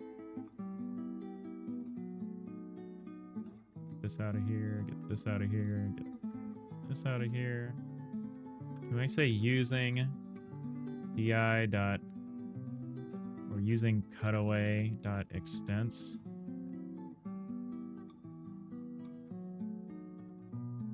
Or I'd say using cutaway. Okay. Can I not say that?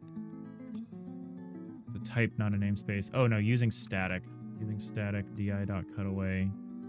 Now do I say extents?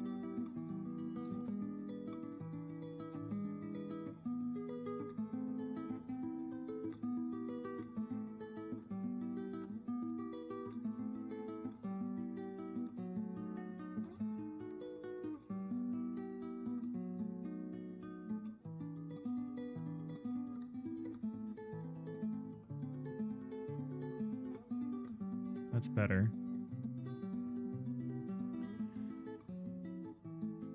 Do I want to keep the extents though, just so I know what I'm talking about? So do it like that.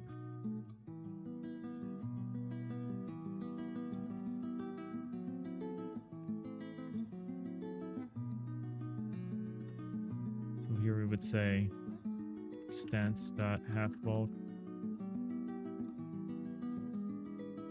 Otherwise it's cutaway.extents.halfBulk, and that's a lot. It's a mouthful. Maybe we do that just to understand what we're doing. Maybe we're okay with that.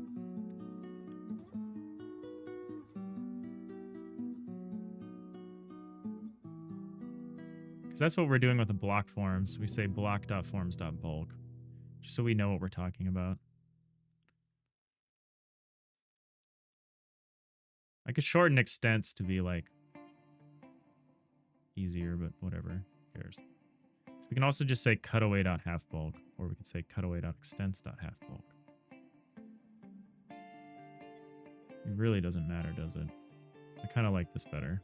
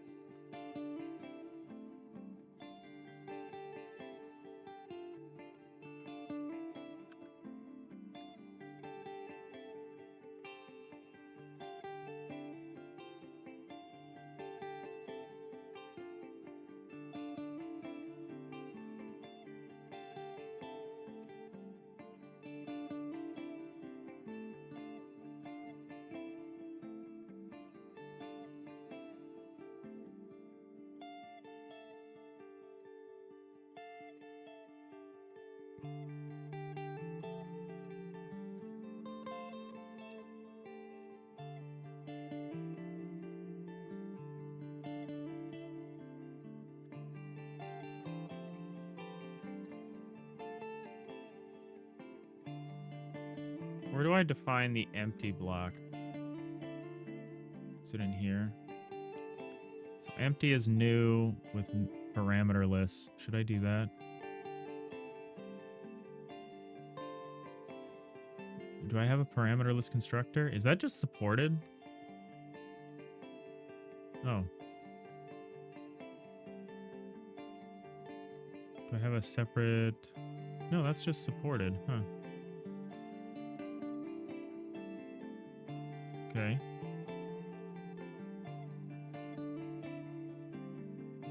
Get rid of this. Turn this to an expression body.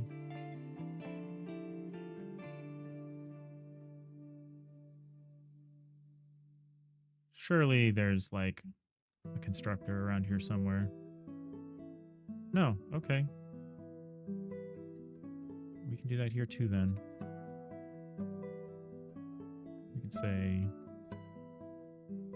cutaway, that extents. I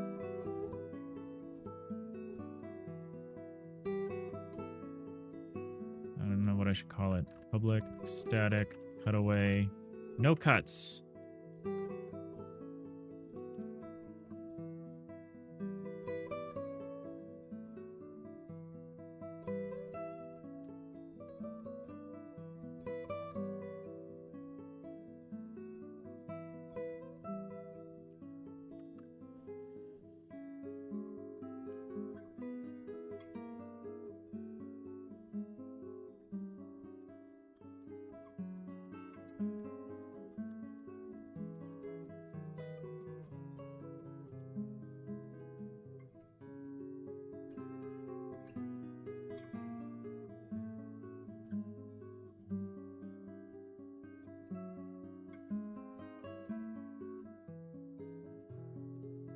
All right, so here we say, we do our try get. We say if not cutaway has full bulk, has cutaway, not extents, not full bulk.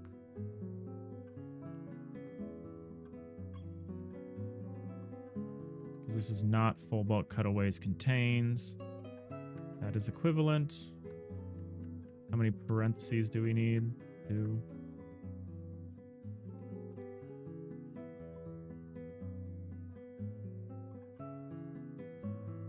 Not full, deck cutaway. Okay, here's the part where I'm like, do I want some more helper functions though? Because this would be, instead this would be not. This is where I'm like, do I just do the adjacency checks like now? Because here we check all the hulls.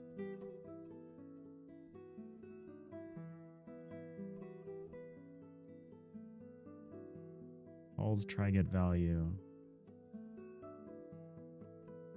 No, that's a separate thing.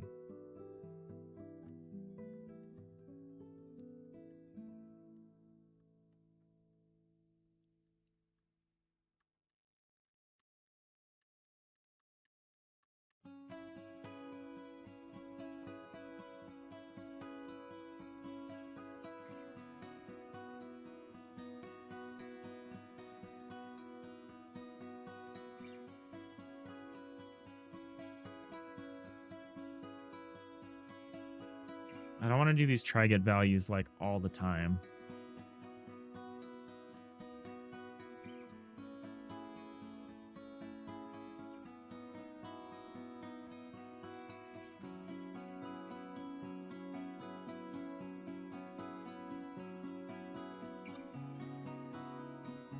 What if I made like, a crazy like cutaways class? Like a helper class, like a sealed class that would have a private dictionary, vector 3i,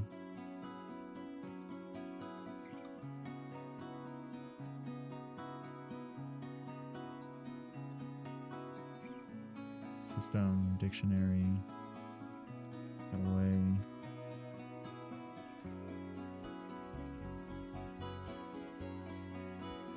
What if I had a private dictionary and I locked this stuff behind it?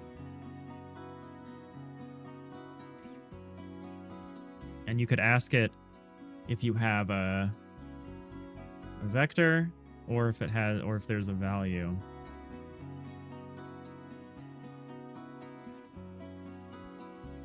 You could have like a private or a public bool. Contains vector 3i key.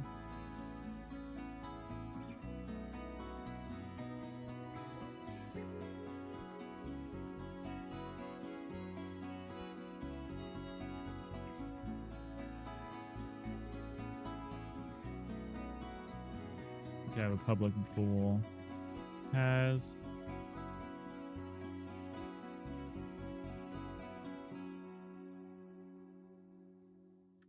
And then here we could say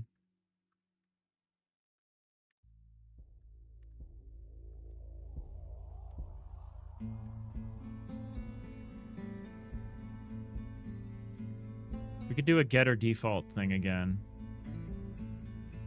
Let's see. How many times do I want to get this thing? So we check all these different, so we check these all the time. We actually don't check the same very often.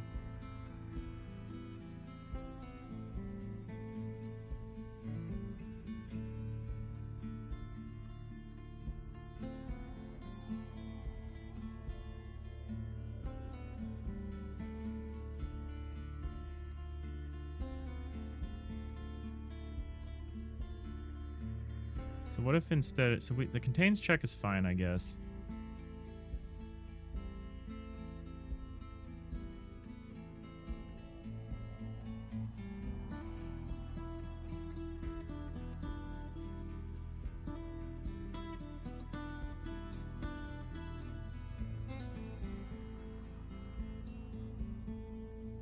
Public void clear. Cutaways.clear.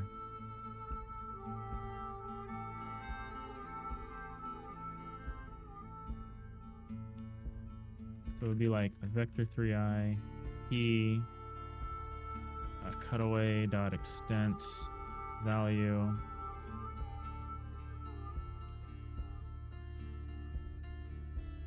So this would be has the exact value, So this would be...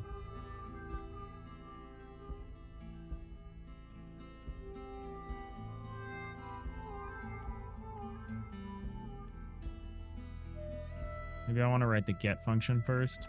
Public cutaway get vector 3i key.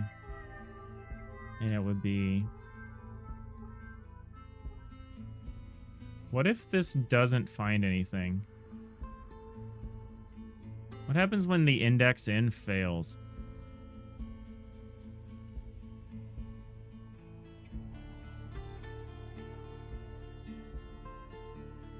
What do I get back? Do I just get it back a default value?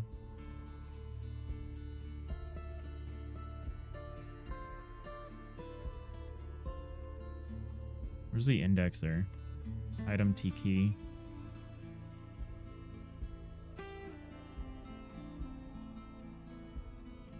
A key not found exception is thrown.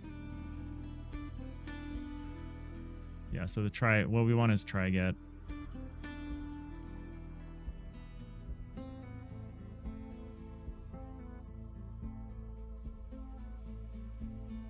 That's what we want to do. We would do get, and we would say cutaways dot try get value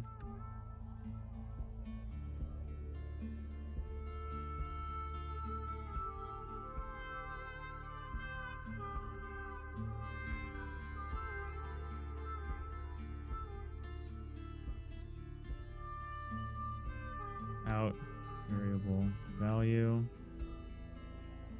Yeah. Oh, hold on. So if it is true, we just return value. We just say value. If it's not true, yeah, we send a new. This is right. This is right. New. I mean, cutaway, duh. Out. Cutaway. Value. All right, we're gonna. We were talking about making get just get or default. We're talking about that in a different context, and I think I like that. I think if you need to,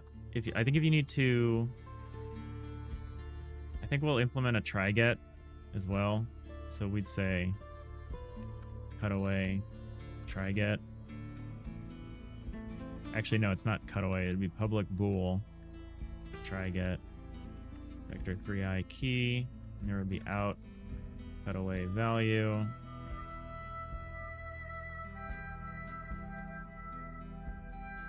Let's work on that in a second. Let's write the has first. So the has is get key. Get key is equal to value. Actually, we just say cutaway value.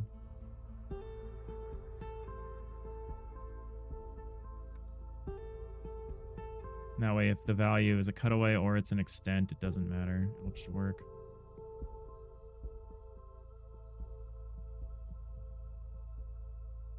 I guess we could have it work with a value that's an extent.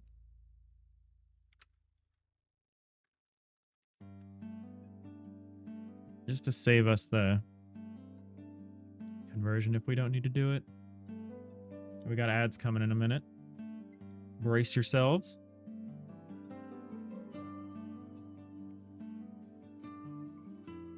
I might go get some more water.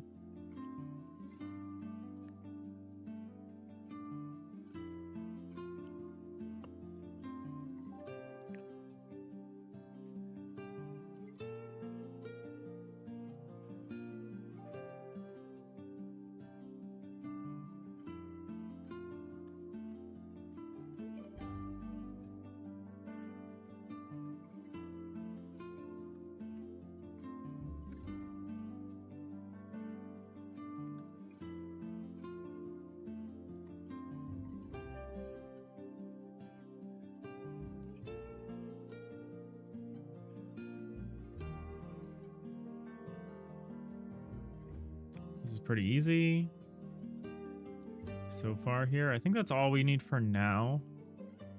Maybe we need a set. We actually probably need a set.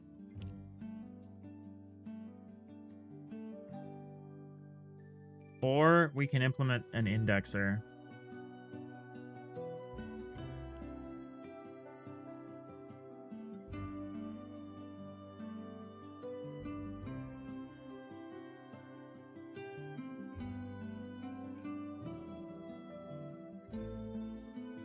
So I kind of like the indexer.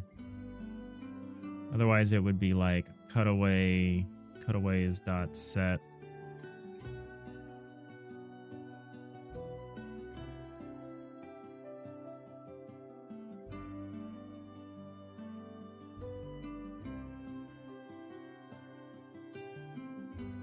So what if instead of this dictionary cutaways, instead we had a cutaways equals new cutaways.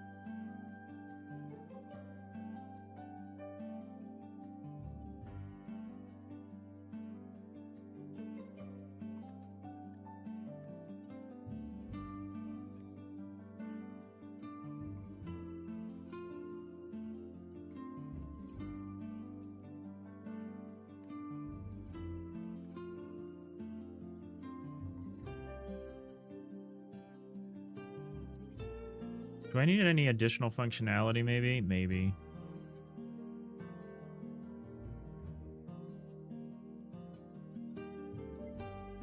We'll see. We'll see what we want. Back to 100 errors. You gotta make errors to fix errors, you know? Ooh. All right. Ad break ends in 1 minute. I'm gonna go get some more water real quick. Be right back.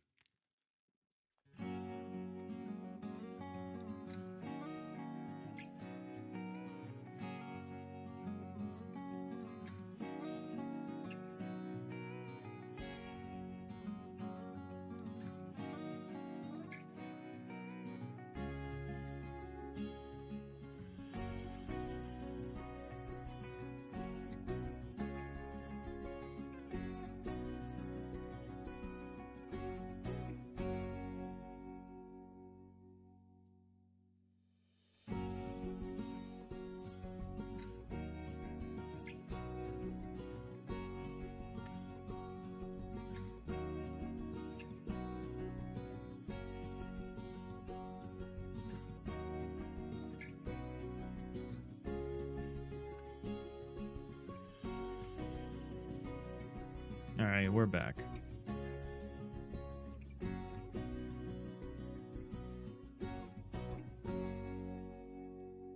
Hydrate from Nyx. Thank you, Nyx. Yeah, let's hydrate.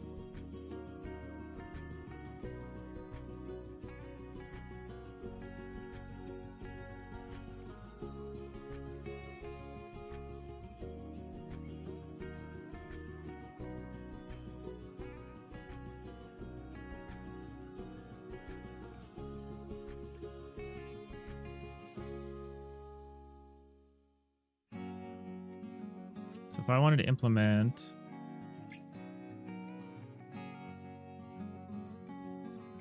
an indexer, it would look like... I have an indexer here. I want to just see what my indexer looks like.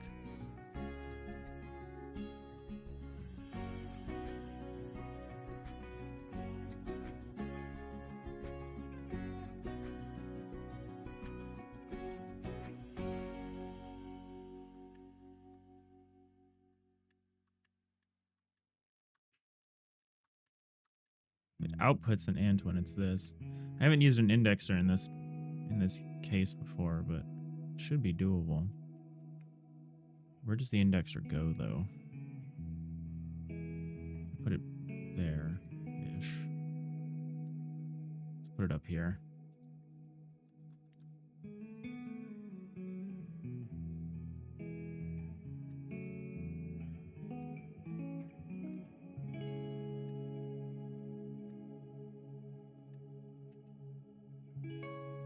What is the return type of an indexer of dictionary that... I guess it would be vector 3i. Vector 3i.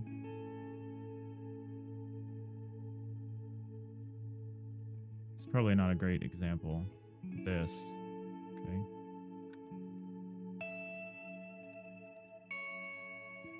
key. What do you want to do? Cutaways key. Yeah, this won't totally work, will it? Yeah, this would return a cutaway.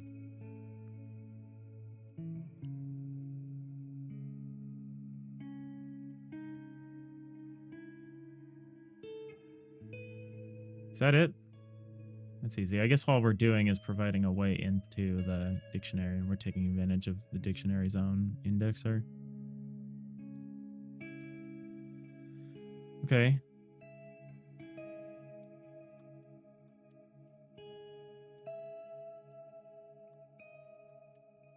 I might want to have an add or a triad or something. So cutaways, block chords. The indexer has no setter. Oh, it does not. Oh, this is a read-only indexer. I need a read-write indexer.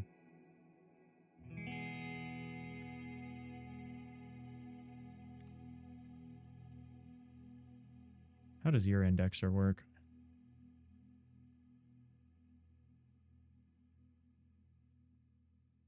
Oh, not exactly where I wanted to be.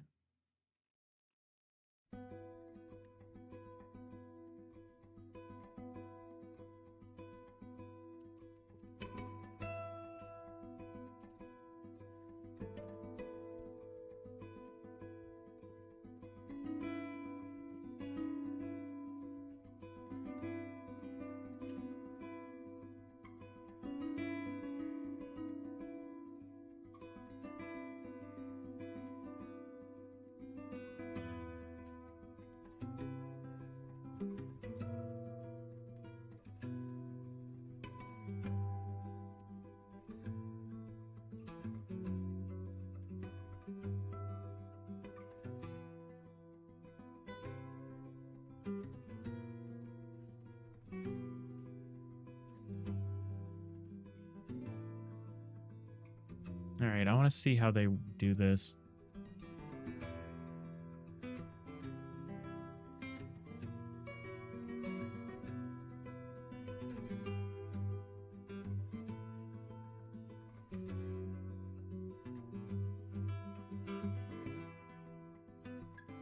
I guess I just have a get and a set or something. How does this work?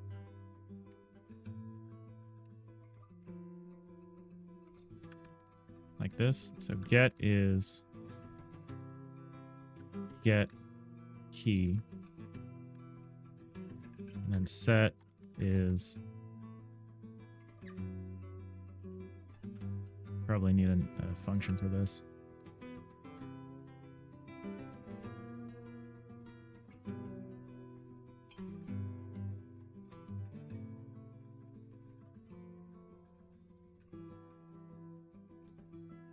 Well, how?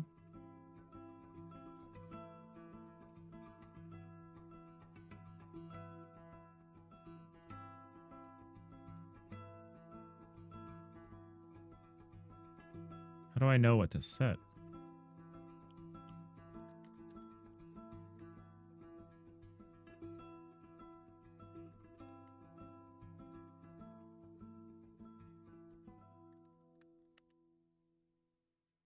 Keyboard, next, your keyboard's back to work? Hell yeah.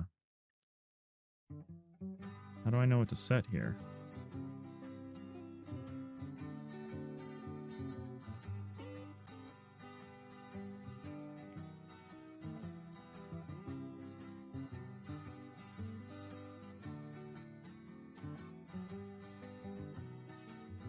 Yeah, I do want to look through here. Okay, here we go. Public T value this T key. Yeah, set. Try insert key. Where are you getting this value from?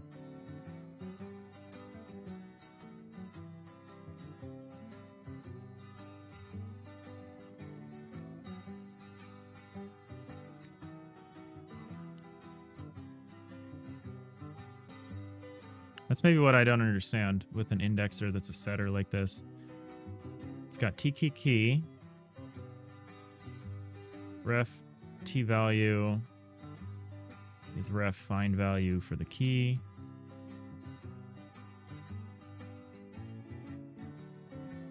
We'll modify it as try insert key value. Where did you get this value from? That's what I want to know.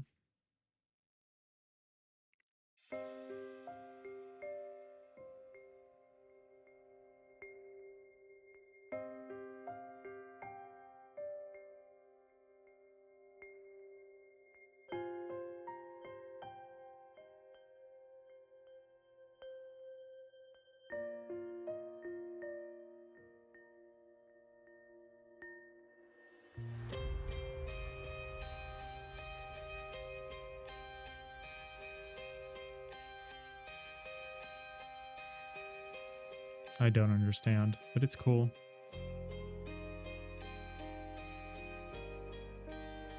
Can I just say cutaways key equals value? Oh, it just knows. Okay, so there's just some magic, some assignment magic happening. I guess there will be, if there's an assignment, it gets a value.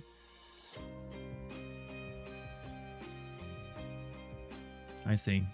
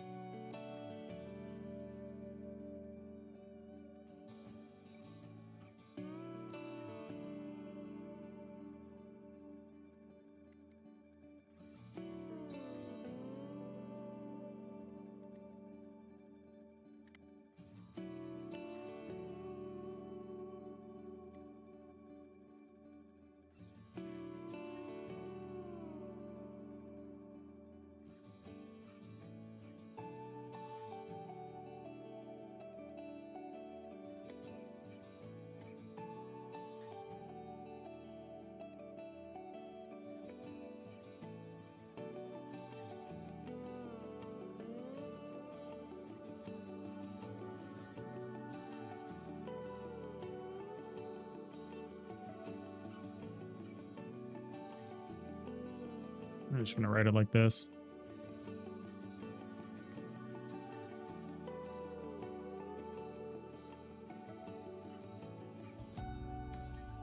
All right. Our little dictionary wrapper class seems to be good. I don't know why I made this sealed. It doesn't need to be sealed. It almost certainly isn't going to be sealed.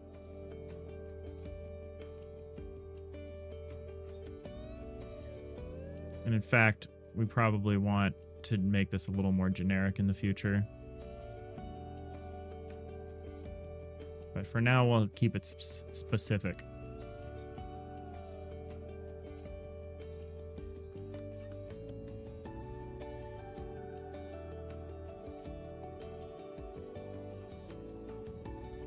Nix, not wasting, after wasting your day. That doesn't sound like a waste of a day. It's 2,300 hours, so it's like 11 p.m. It's time for you to go to sleep. You got to work tomorrow. Or you got work to do tomorrow. Well, good luck. Nix, thank you again for the game, for the DLCs. That's like way too kind. It's like way too kind of a thing to do for just a stranger on the internet. Really appreciate it. We're gonna do some RimWorld streams. Sponsored by Nix. Which is good, because I actually think we're going to take a lot of RimWorld into our game. Because I think our game is going to end up being slower than FTL in a lot of ways. It's going to be slower, and there's going to be a lot more automation. It's going to be like Distant Worlds, I think, in that, like, stuff will happen, and it's kind of up to you to the extent to which you just kind of let things happen versus the amount of intervention that you want to explicitly The amount you want to intervene. It's like up to you. It's like you can kind of just let things go along, but you'll need to intervene at certain times because they're not going to be that smart. I give good vibes. That's enough as a payment. It's not, but we'll figure something out. Thank you again.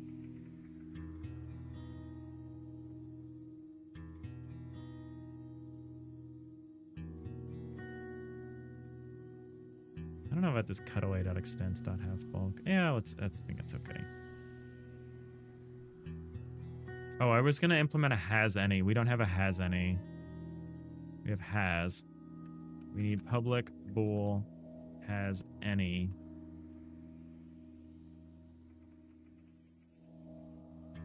That needs to be extent.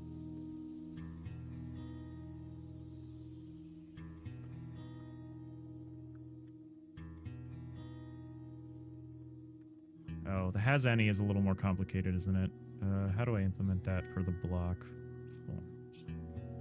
I don't do that here. Oh, we have an all forms. So we need this. We need one of these.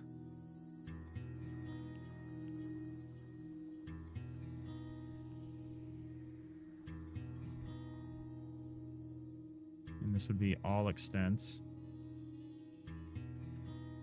You might want to change that to just be called like all values or something.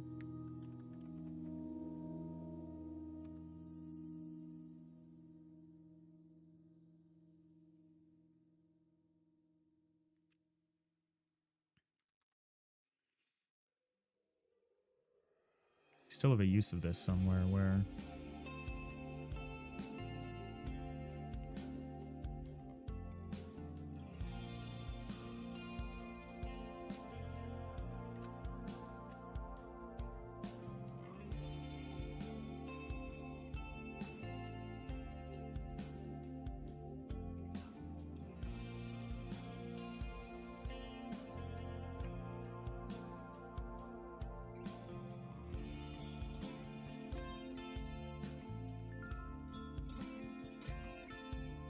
All right, we're going to get through these 96 errors in 2 files here. All right, how does the has any function work here? So it's going to be like this. Has any forms for each form in all forms. We're going to borrow this.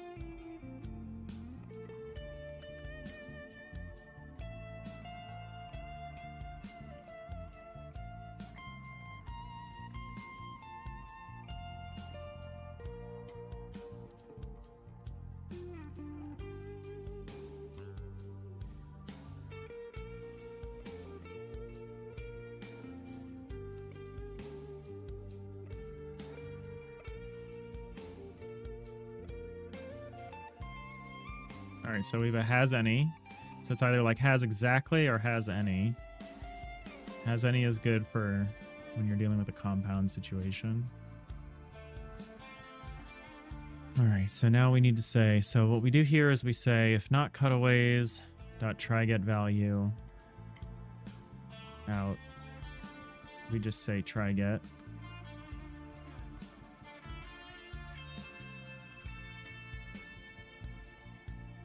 So if we can't get the cutaway, you know, we actually don't need to do it this way, do we? It depends on how many checks we want. How many times do we check the very same cutoff? Well, let's do that. Let's do that. This is good. This will work. So if not try get, so if we can't get the cutaway out, how do we implement that here? Should I call it try get value as well? try get.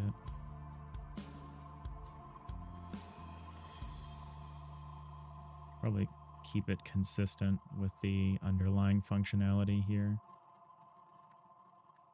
So try get, yeah, try get value is the only kind. So we're going to say that here as well. Try get value. So if we can't get the value out,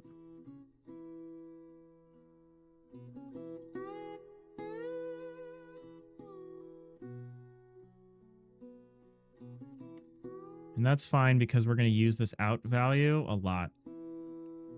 So here we say, like, if not, cutaway.has, cutaway.extents.full-bulk.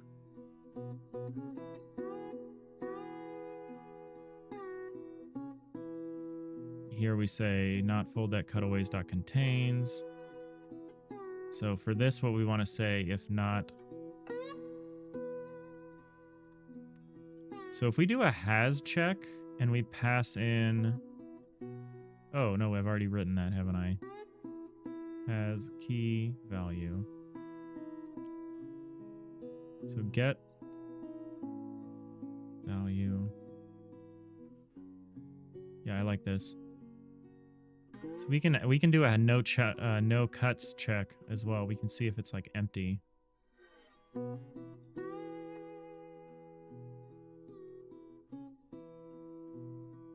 Okay.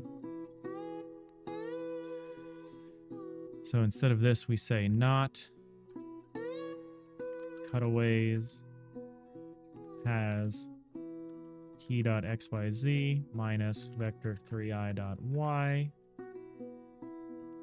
cutaway extents full deck. And that's the same check.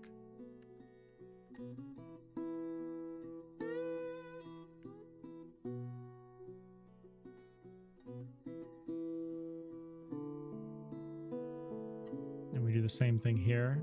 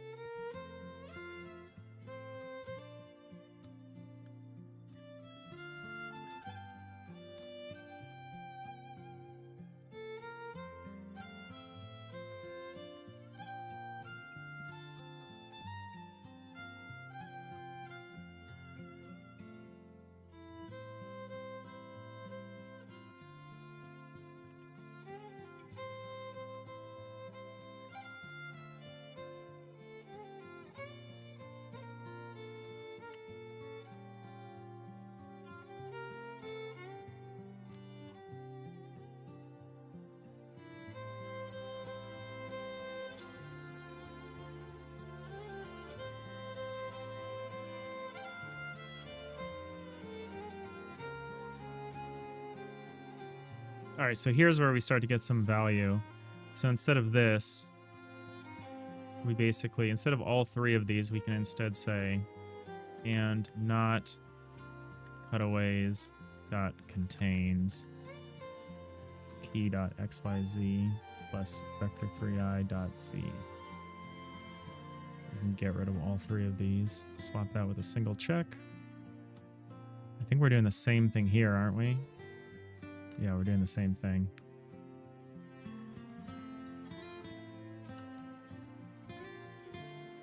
So we just say cutaways dot contains.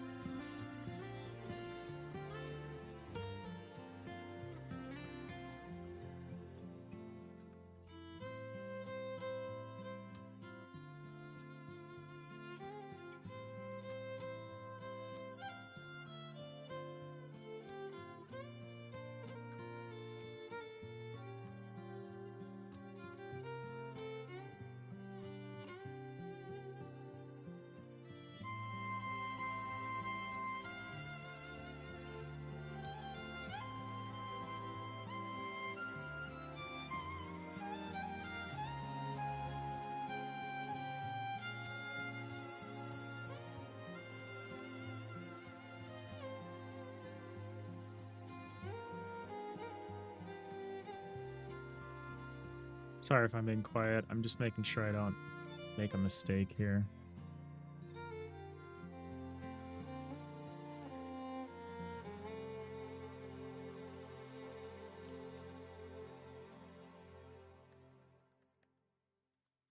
We're changing a lot of stuff here.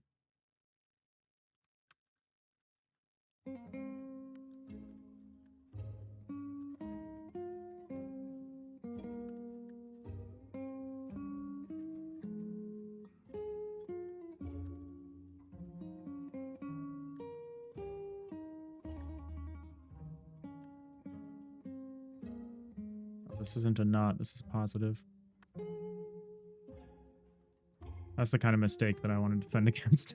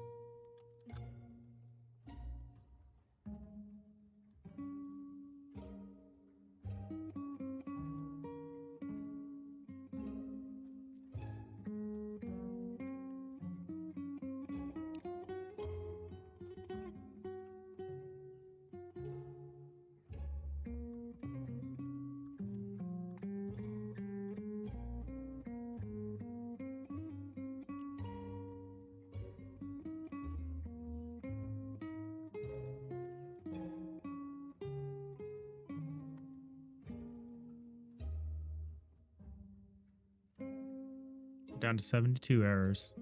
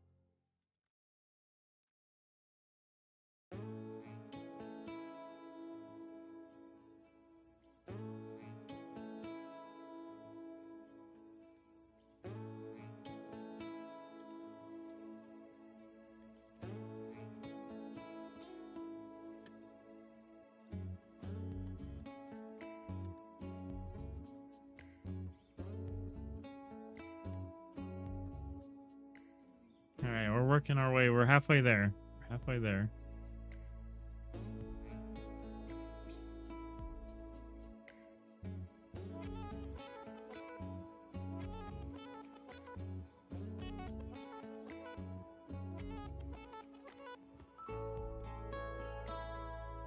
What happens if I don't find the thing?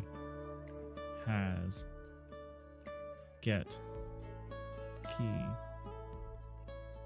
Oh, so there isn't... Oh, no, get doesn't fail. Right, get always provides...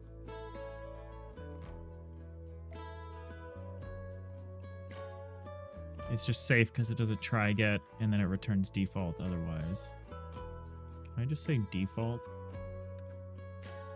Should I not do that? Get value or default? Oh. Well, didn't realize there was such a thing.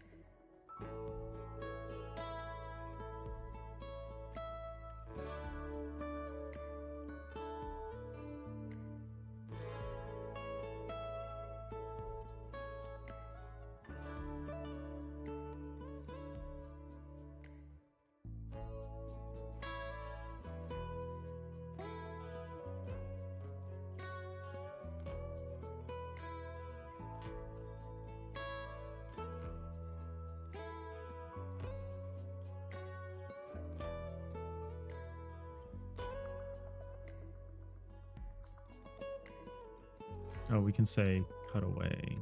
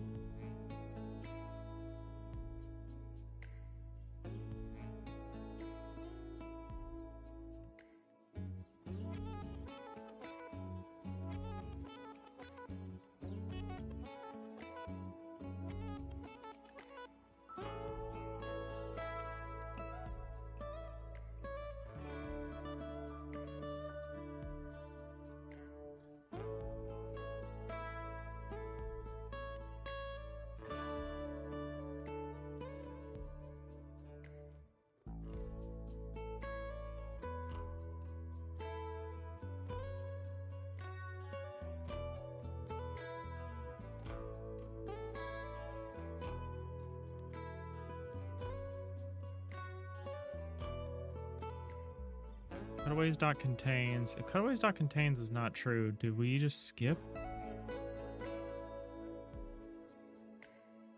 So if not cutaways.tryGetValue cutaway, we just skip this whole thing. So this branch actually doesn't totally make sense.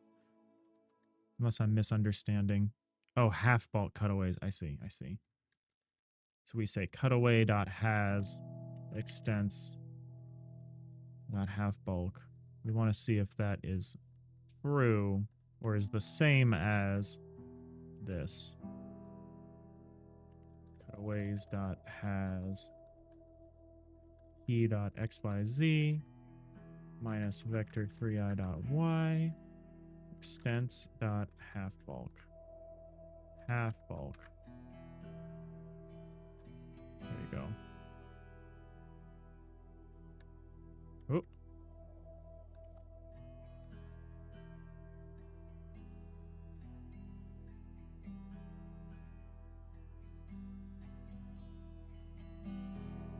Oh, it's not here. It's here.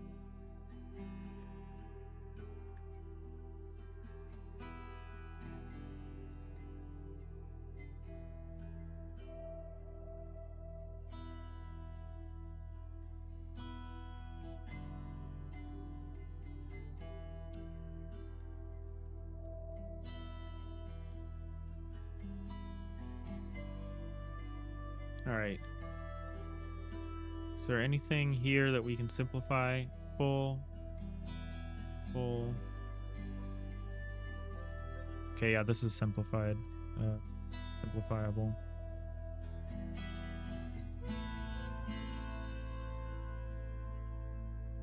If it's not.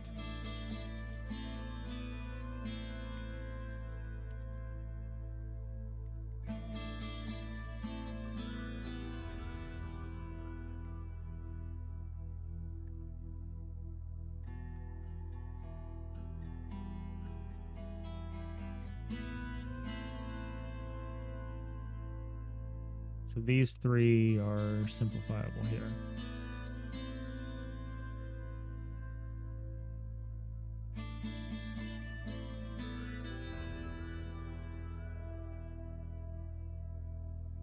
This is going to change the behavior a little bit. So it's or it's and or this and this, or this and this, or this and this. So as long as, so it's or cutaways dot contains key dot xyz plus vector 3i dot x and cutaways dot contains vector 3i plus x minus vector 3i dot y. And that covers all 6 of these lines. In which case, can I just do this? I think that makes it a little clearer what's happening here. And this, or this and this. I like that better. I should really do it like this.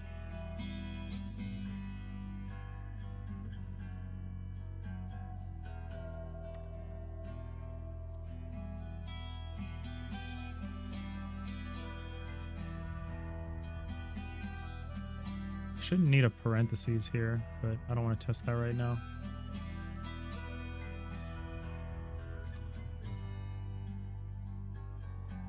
All right, any other tricks we can...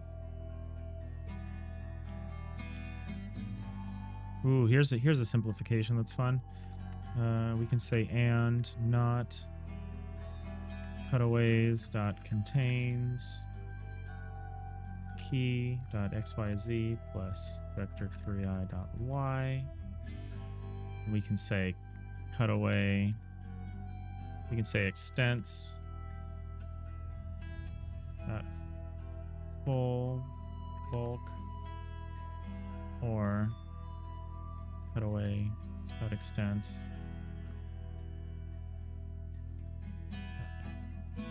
full deck. Why can't we say that? Oh, we're not doing it contains, we're doing has.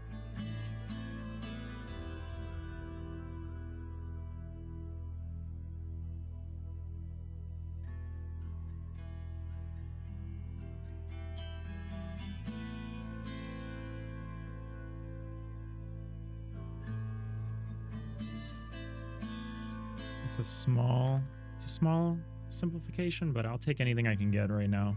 Just simplify the conditionals.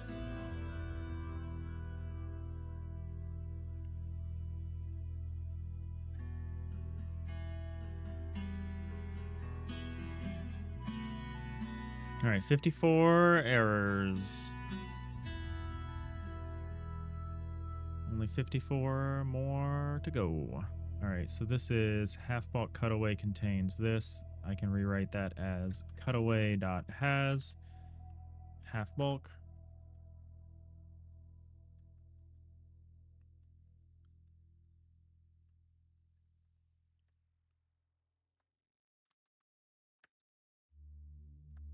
Equals cutaways has key dot xyz plus vector 3i dot y half bulk.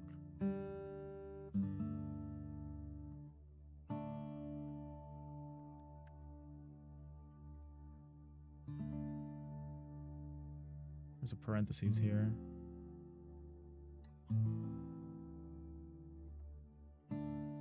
Oh, this is weird. Half bulk.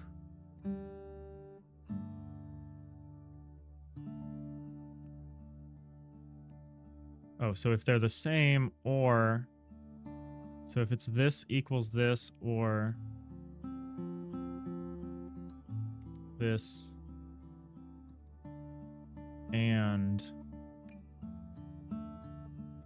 not cutaways dot has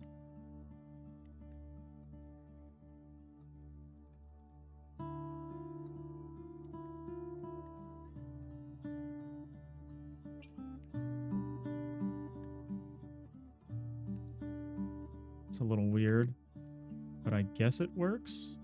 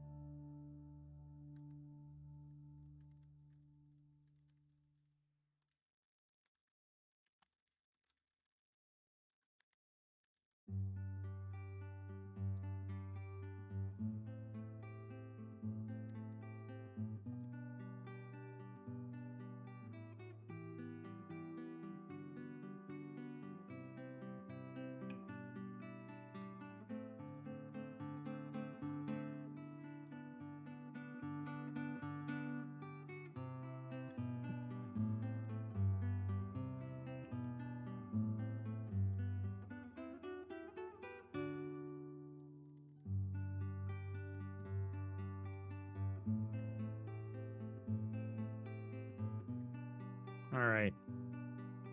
Can I just copy and paste this stuff and flip the axes? I think the answer is yes.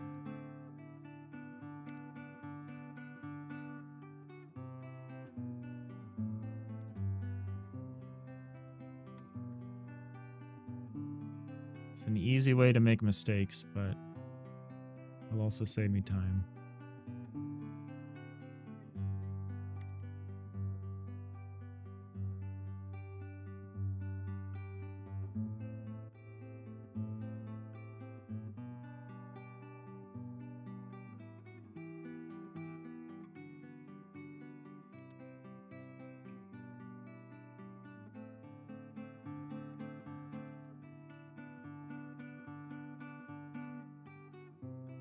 So it's plus, hold on.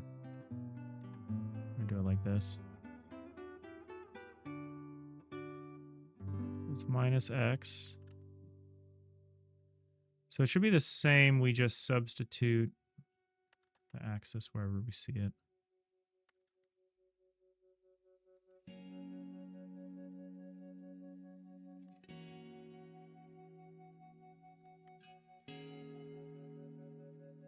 Yeah, okay. Cool.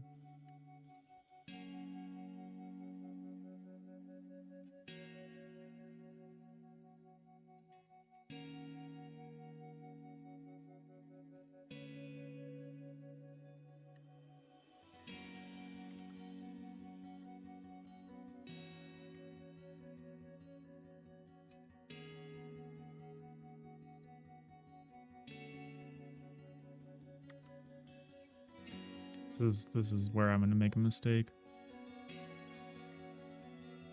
Just doing this thing.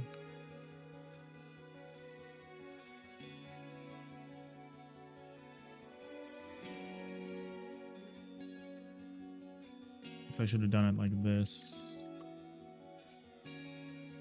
So I can make sure.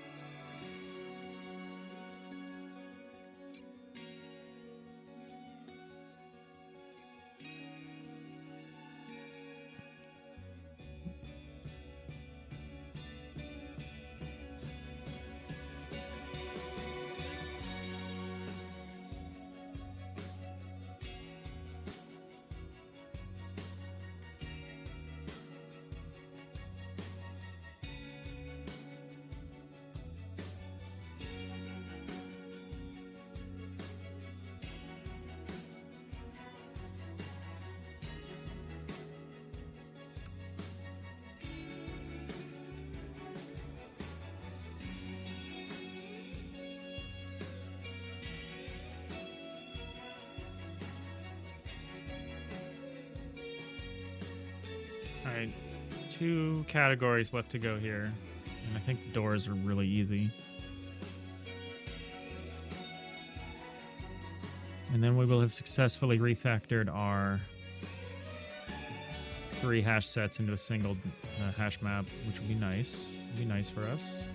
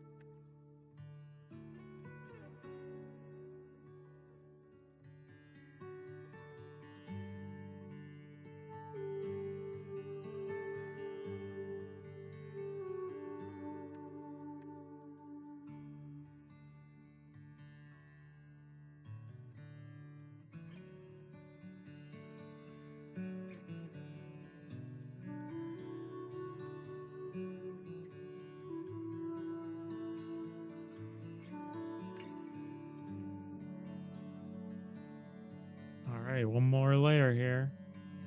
Down to 10 errors.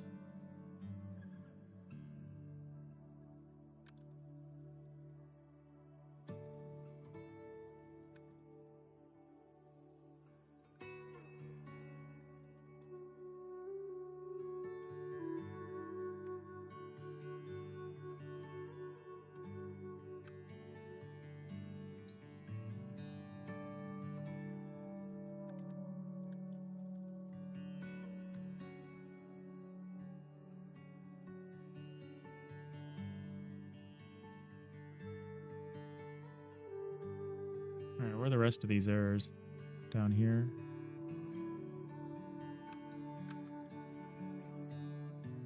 Wait, do I have a local cutaway variable here? I don't think I do.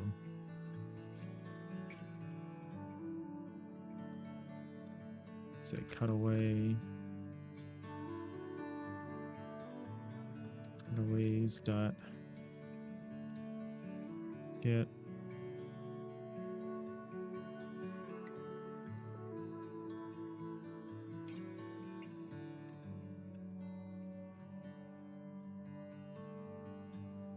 Is it worth doing this? Yeah, I think it is.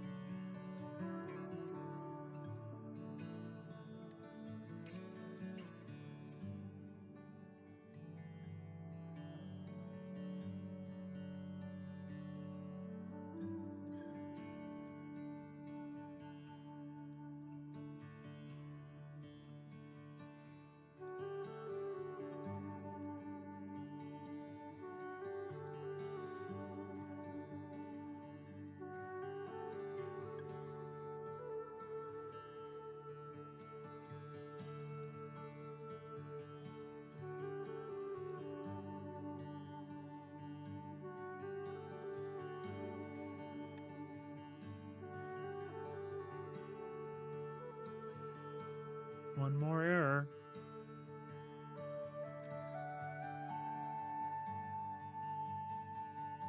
Really hope this worked.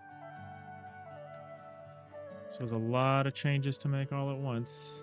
Big refactor. Didn't work on the selection overlay at all. It does simplify the logic of this quite a bit, which is nice. Or at least hides some of it away. All right, let's see. Let's get an instant crash here. As soon as we try to test this. Oh, yep. Off to a not good start. Can't see the cursor anymore.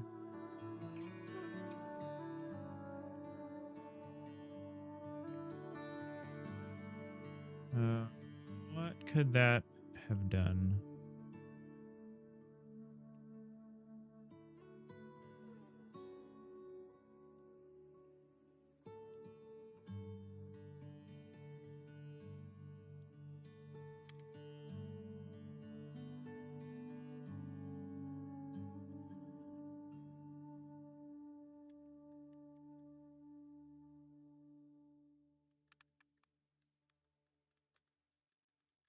Let's turn the cutaways off. All right, okay, so even without the cutaways, we're not seeing anything, which means problem is elsewhere.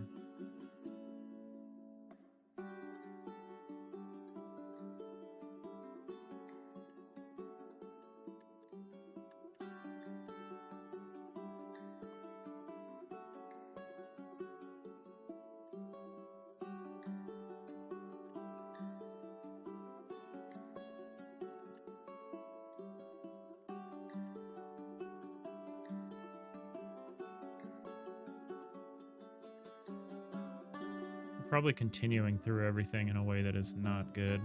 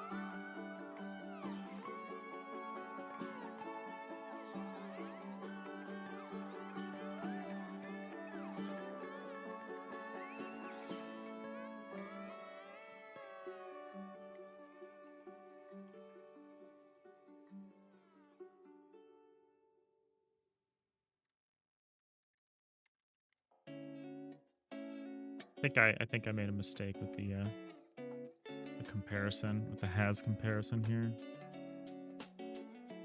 Do I want to has any? Oh wait, no, this should just say bool has, it should be get key. It should be, here it is. It should be get key dot has value. That's all it should be.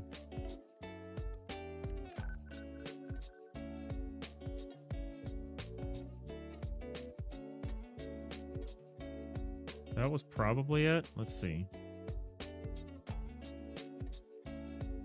Nope. Alright, is the problem one layer down then? How does this has work? Extent and extents equals extents.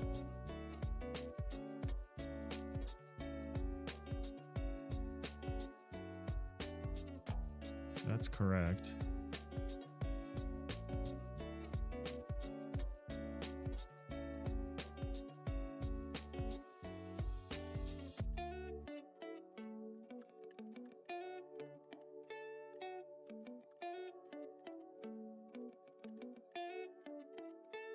This is the danger of the mega refactor, is it takes a little while to figure out exactly where the problem might be. If we're not doing any cutting away though, then that's not the problem. The problem is, oh, we're doing some kind of, I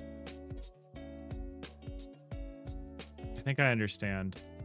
Somewhere we have like, we're trying to prove a negative. And we're having a hard time with that. Like not cutaways dot has key dot xyz cutaway dot extents dot full.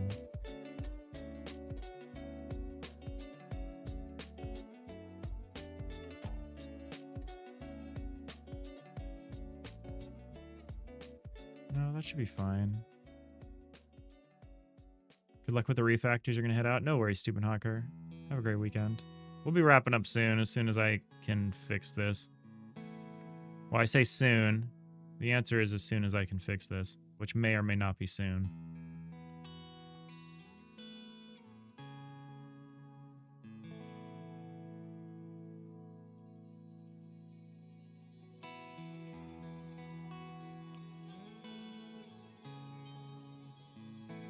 Maybe there's a problem with the default constructor.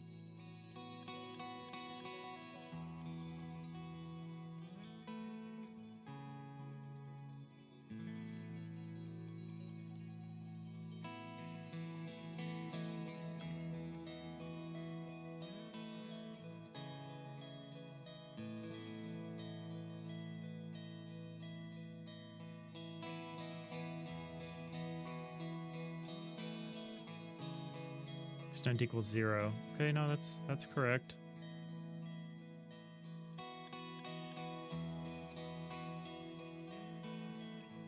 cutaways.clear.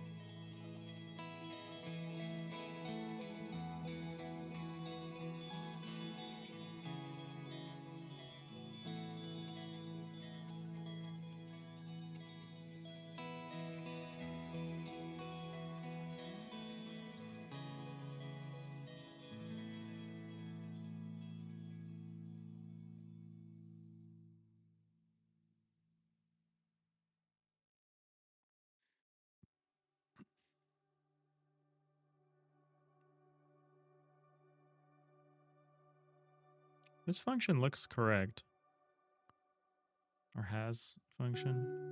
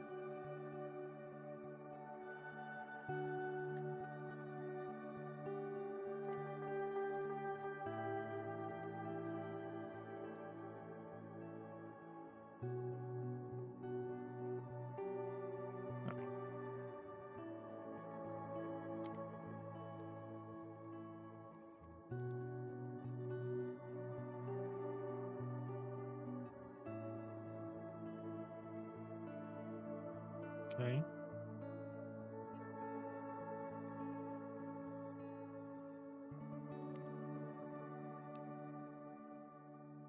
All right, just cutaway.nocuts, return the correct thing here. False. Okay, I don't think there's a problem with the logic per se. But we did something else that's causing a holdup somewhere.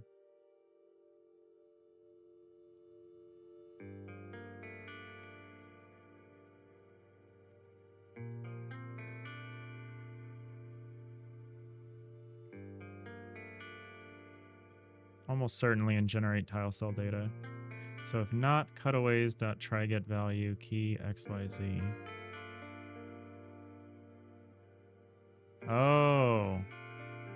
I don't think this should be not.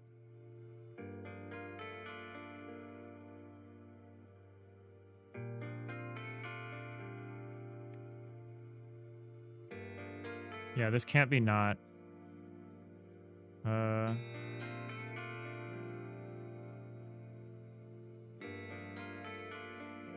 You just need to say this. You need to say...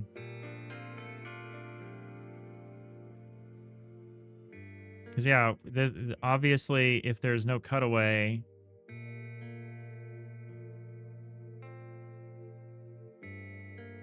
So all we want is cutaways.has. So let's say cutaway equals cutaways. Yeah, sure.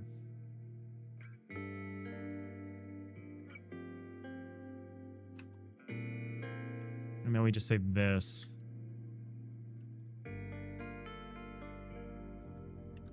If cutaway has full cut. Well,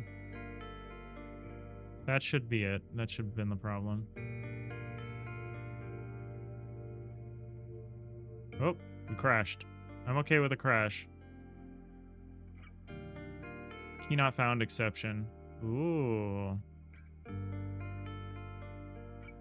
Right. We want this get to be. We want this to be the same as the other. We want this to be get key. I mean, or we could say cutaways.get or default. Say that. We'll just say get key.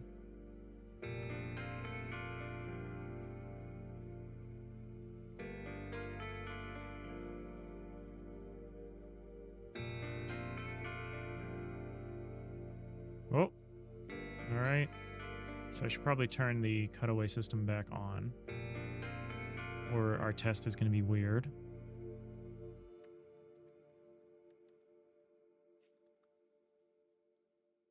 All right, moment of truth.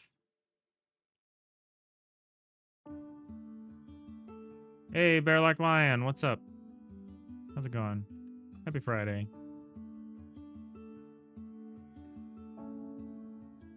Okay, some stuff is busted.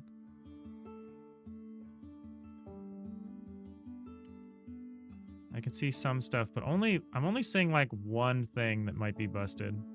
Oops. Well, I just busted that wall. Put that wall back.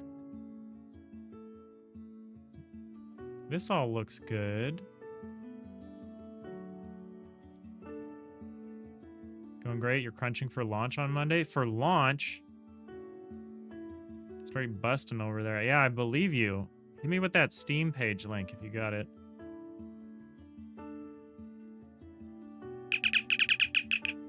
Heroic Shield, thank you for the follow. I don't know for how long you've been watching our struggles here, but I appreciate you hanging out here. All right, so there's one case that seems to be struggling under certain circumstances. We must have accidentally changed the behavior a little bit. Oh, I bet there's an and where there should be an or.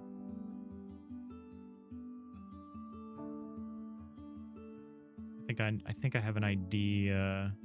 All right, we'll figure that out in a second. But first, all the links are over here. All right, well, let me go over there. Oh, Surf's Up, right? This is like your tribe style game, right?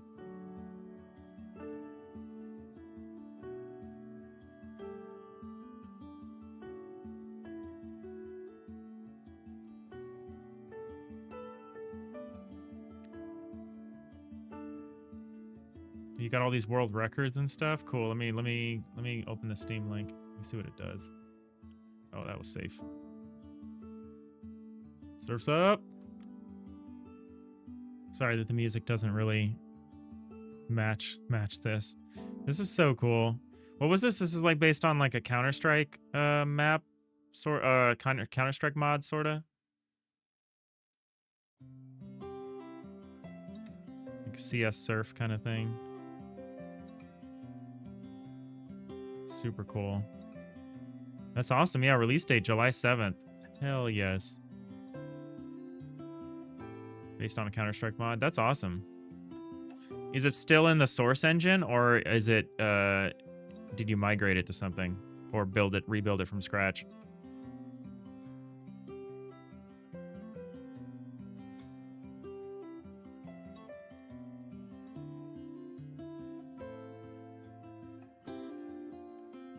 Oh, it's in Godot. That's awesome. I feel like we've talked about that, but I have the memory of like a gopher.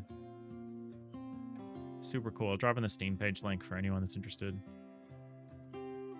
Super cool. Yeah, let me put that on my wish list so I get reminded. Oh, I must log in. I will do this later on my actual app. Yeah, this is so cool.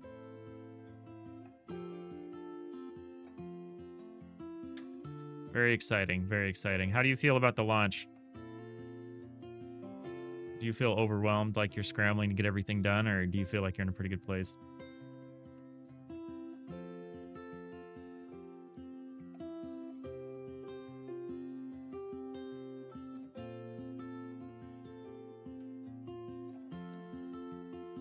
Super excited. That's what I like to hear. You're worried something major might go wrong. This seems like something you've tested pretty thoroughly. But that's launch. Yeah, no. As soon as there's no amount of testing, no testing, no amount of testing survives contact with launch. Super cool. You haven't exactly stressed the netcode yet?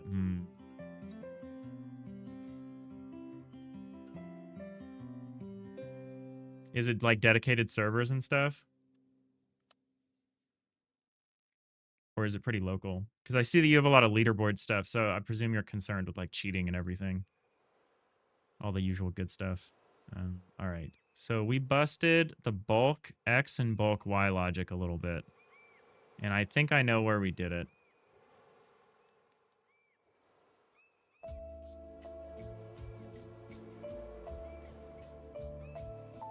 Let me double check. Nope, all peer-to-peer. No cost to you. That's what we like to hear. All the leaderboards are on Steam. Oh, yeah. Okay. And you have some client-side anti-cheat. Nice. That sounds great. I'm very excited for you.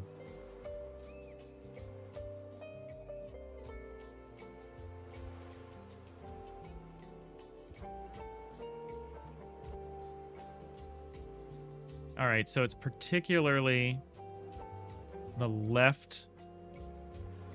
left-hand side for X, for the X bulk, and the right-hand side for the Y. So which is that again? Left-hand side X bulk. Left-hand side X bulk is X plus 2. So it's the X plus 2 branch. So X plus 2. Yeah, so I did something in here.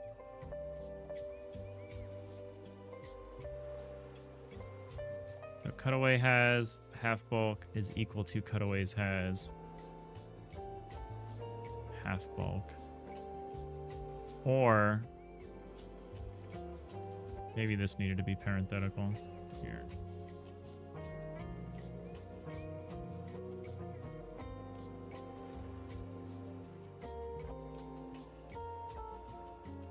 That's super cool. It sounds like you're going to be working for the weekend here. Okay, that seemed to have done nothing, so it was not a parentheses thing. Oh, unless that was the wrong... No, that's the right thing. Right area.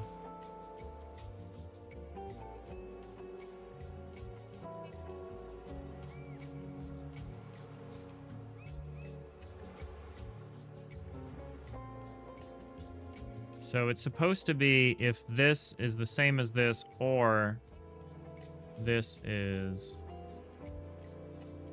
different, but in this particular way.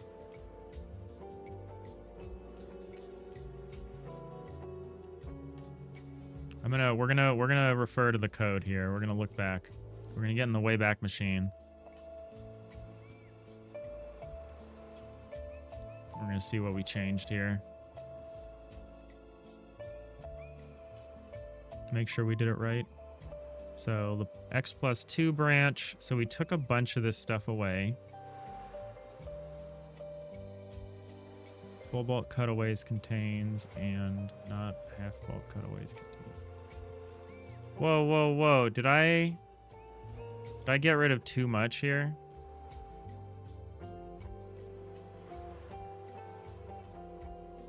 Hold on a second.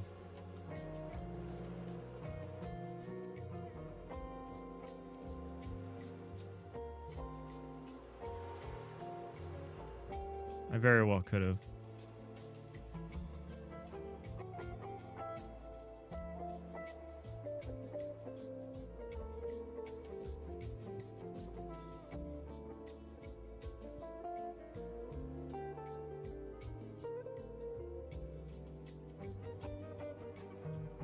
Oh, that's the X plus 1. I want X plus 2. Here we go. So half ball cutaways contains is equal to that, sure. Or, so if this is the same, or this is the same, or this is true. I'm hoping this is like a very simple logic issue that I introduced here.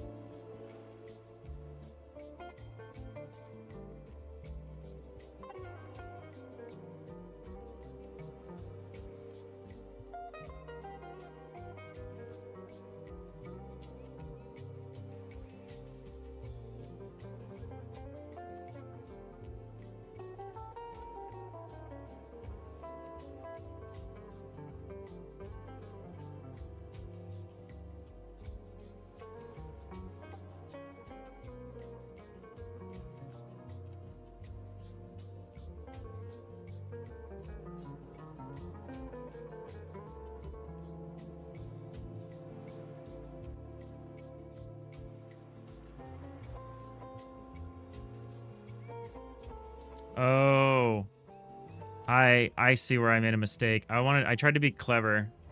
I tried to be clever and I combined these two checks, but I left it as a has. It needs to be has any, which it doesn't have as a function. Has any.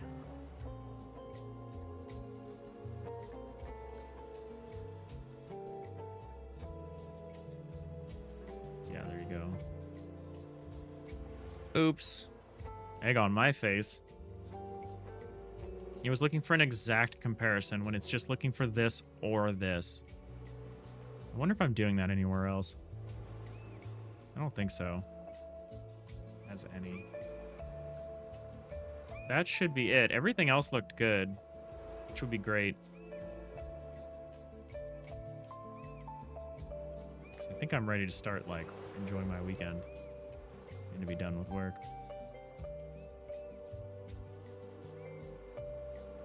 So far, so good. This all looks pretty correct. Rotation cause any weirdness? Not exactly.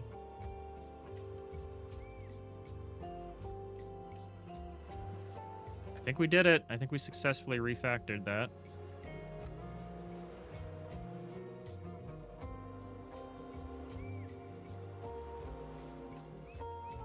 Things looking good.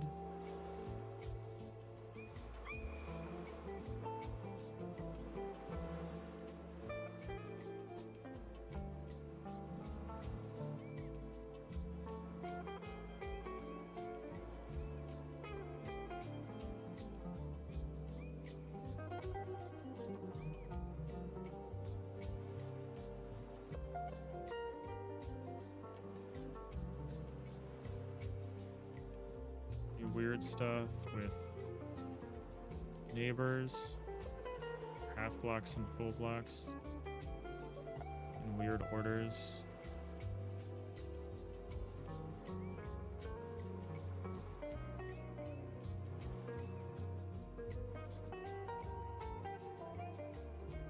No, everything looks okay. Hell yeah. Camera rotation check.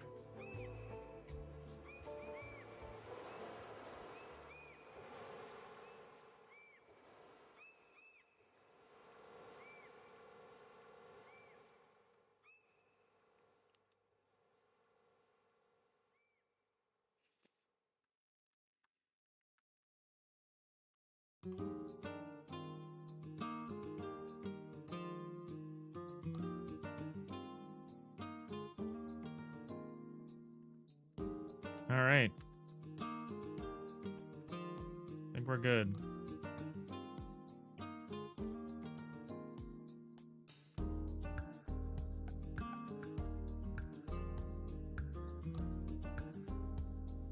Cool. Success. Major refactor. Complete. Avoided working on the selection overlays at all, but we refactored our block cutaway in such a way that hopefully it becomes easier to do the selection overlay now. I still have to think about whether I want different process or the same process for that. But yeah, I think I'm going to wrap this up here. It's been nice. It's been fun. Good luck, Bear Like Lion, with your release on Monday. Appreciate everyone who's been hanging out here, who popped in, left. Heroic Shield, thanks again for the follow. Really appreciate that.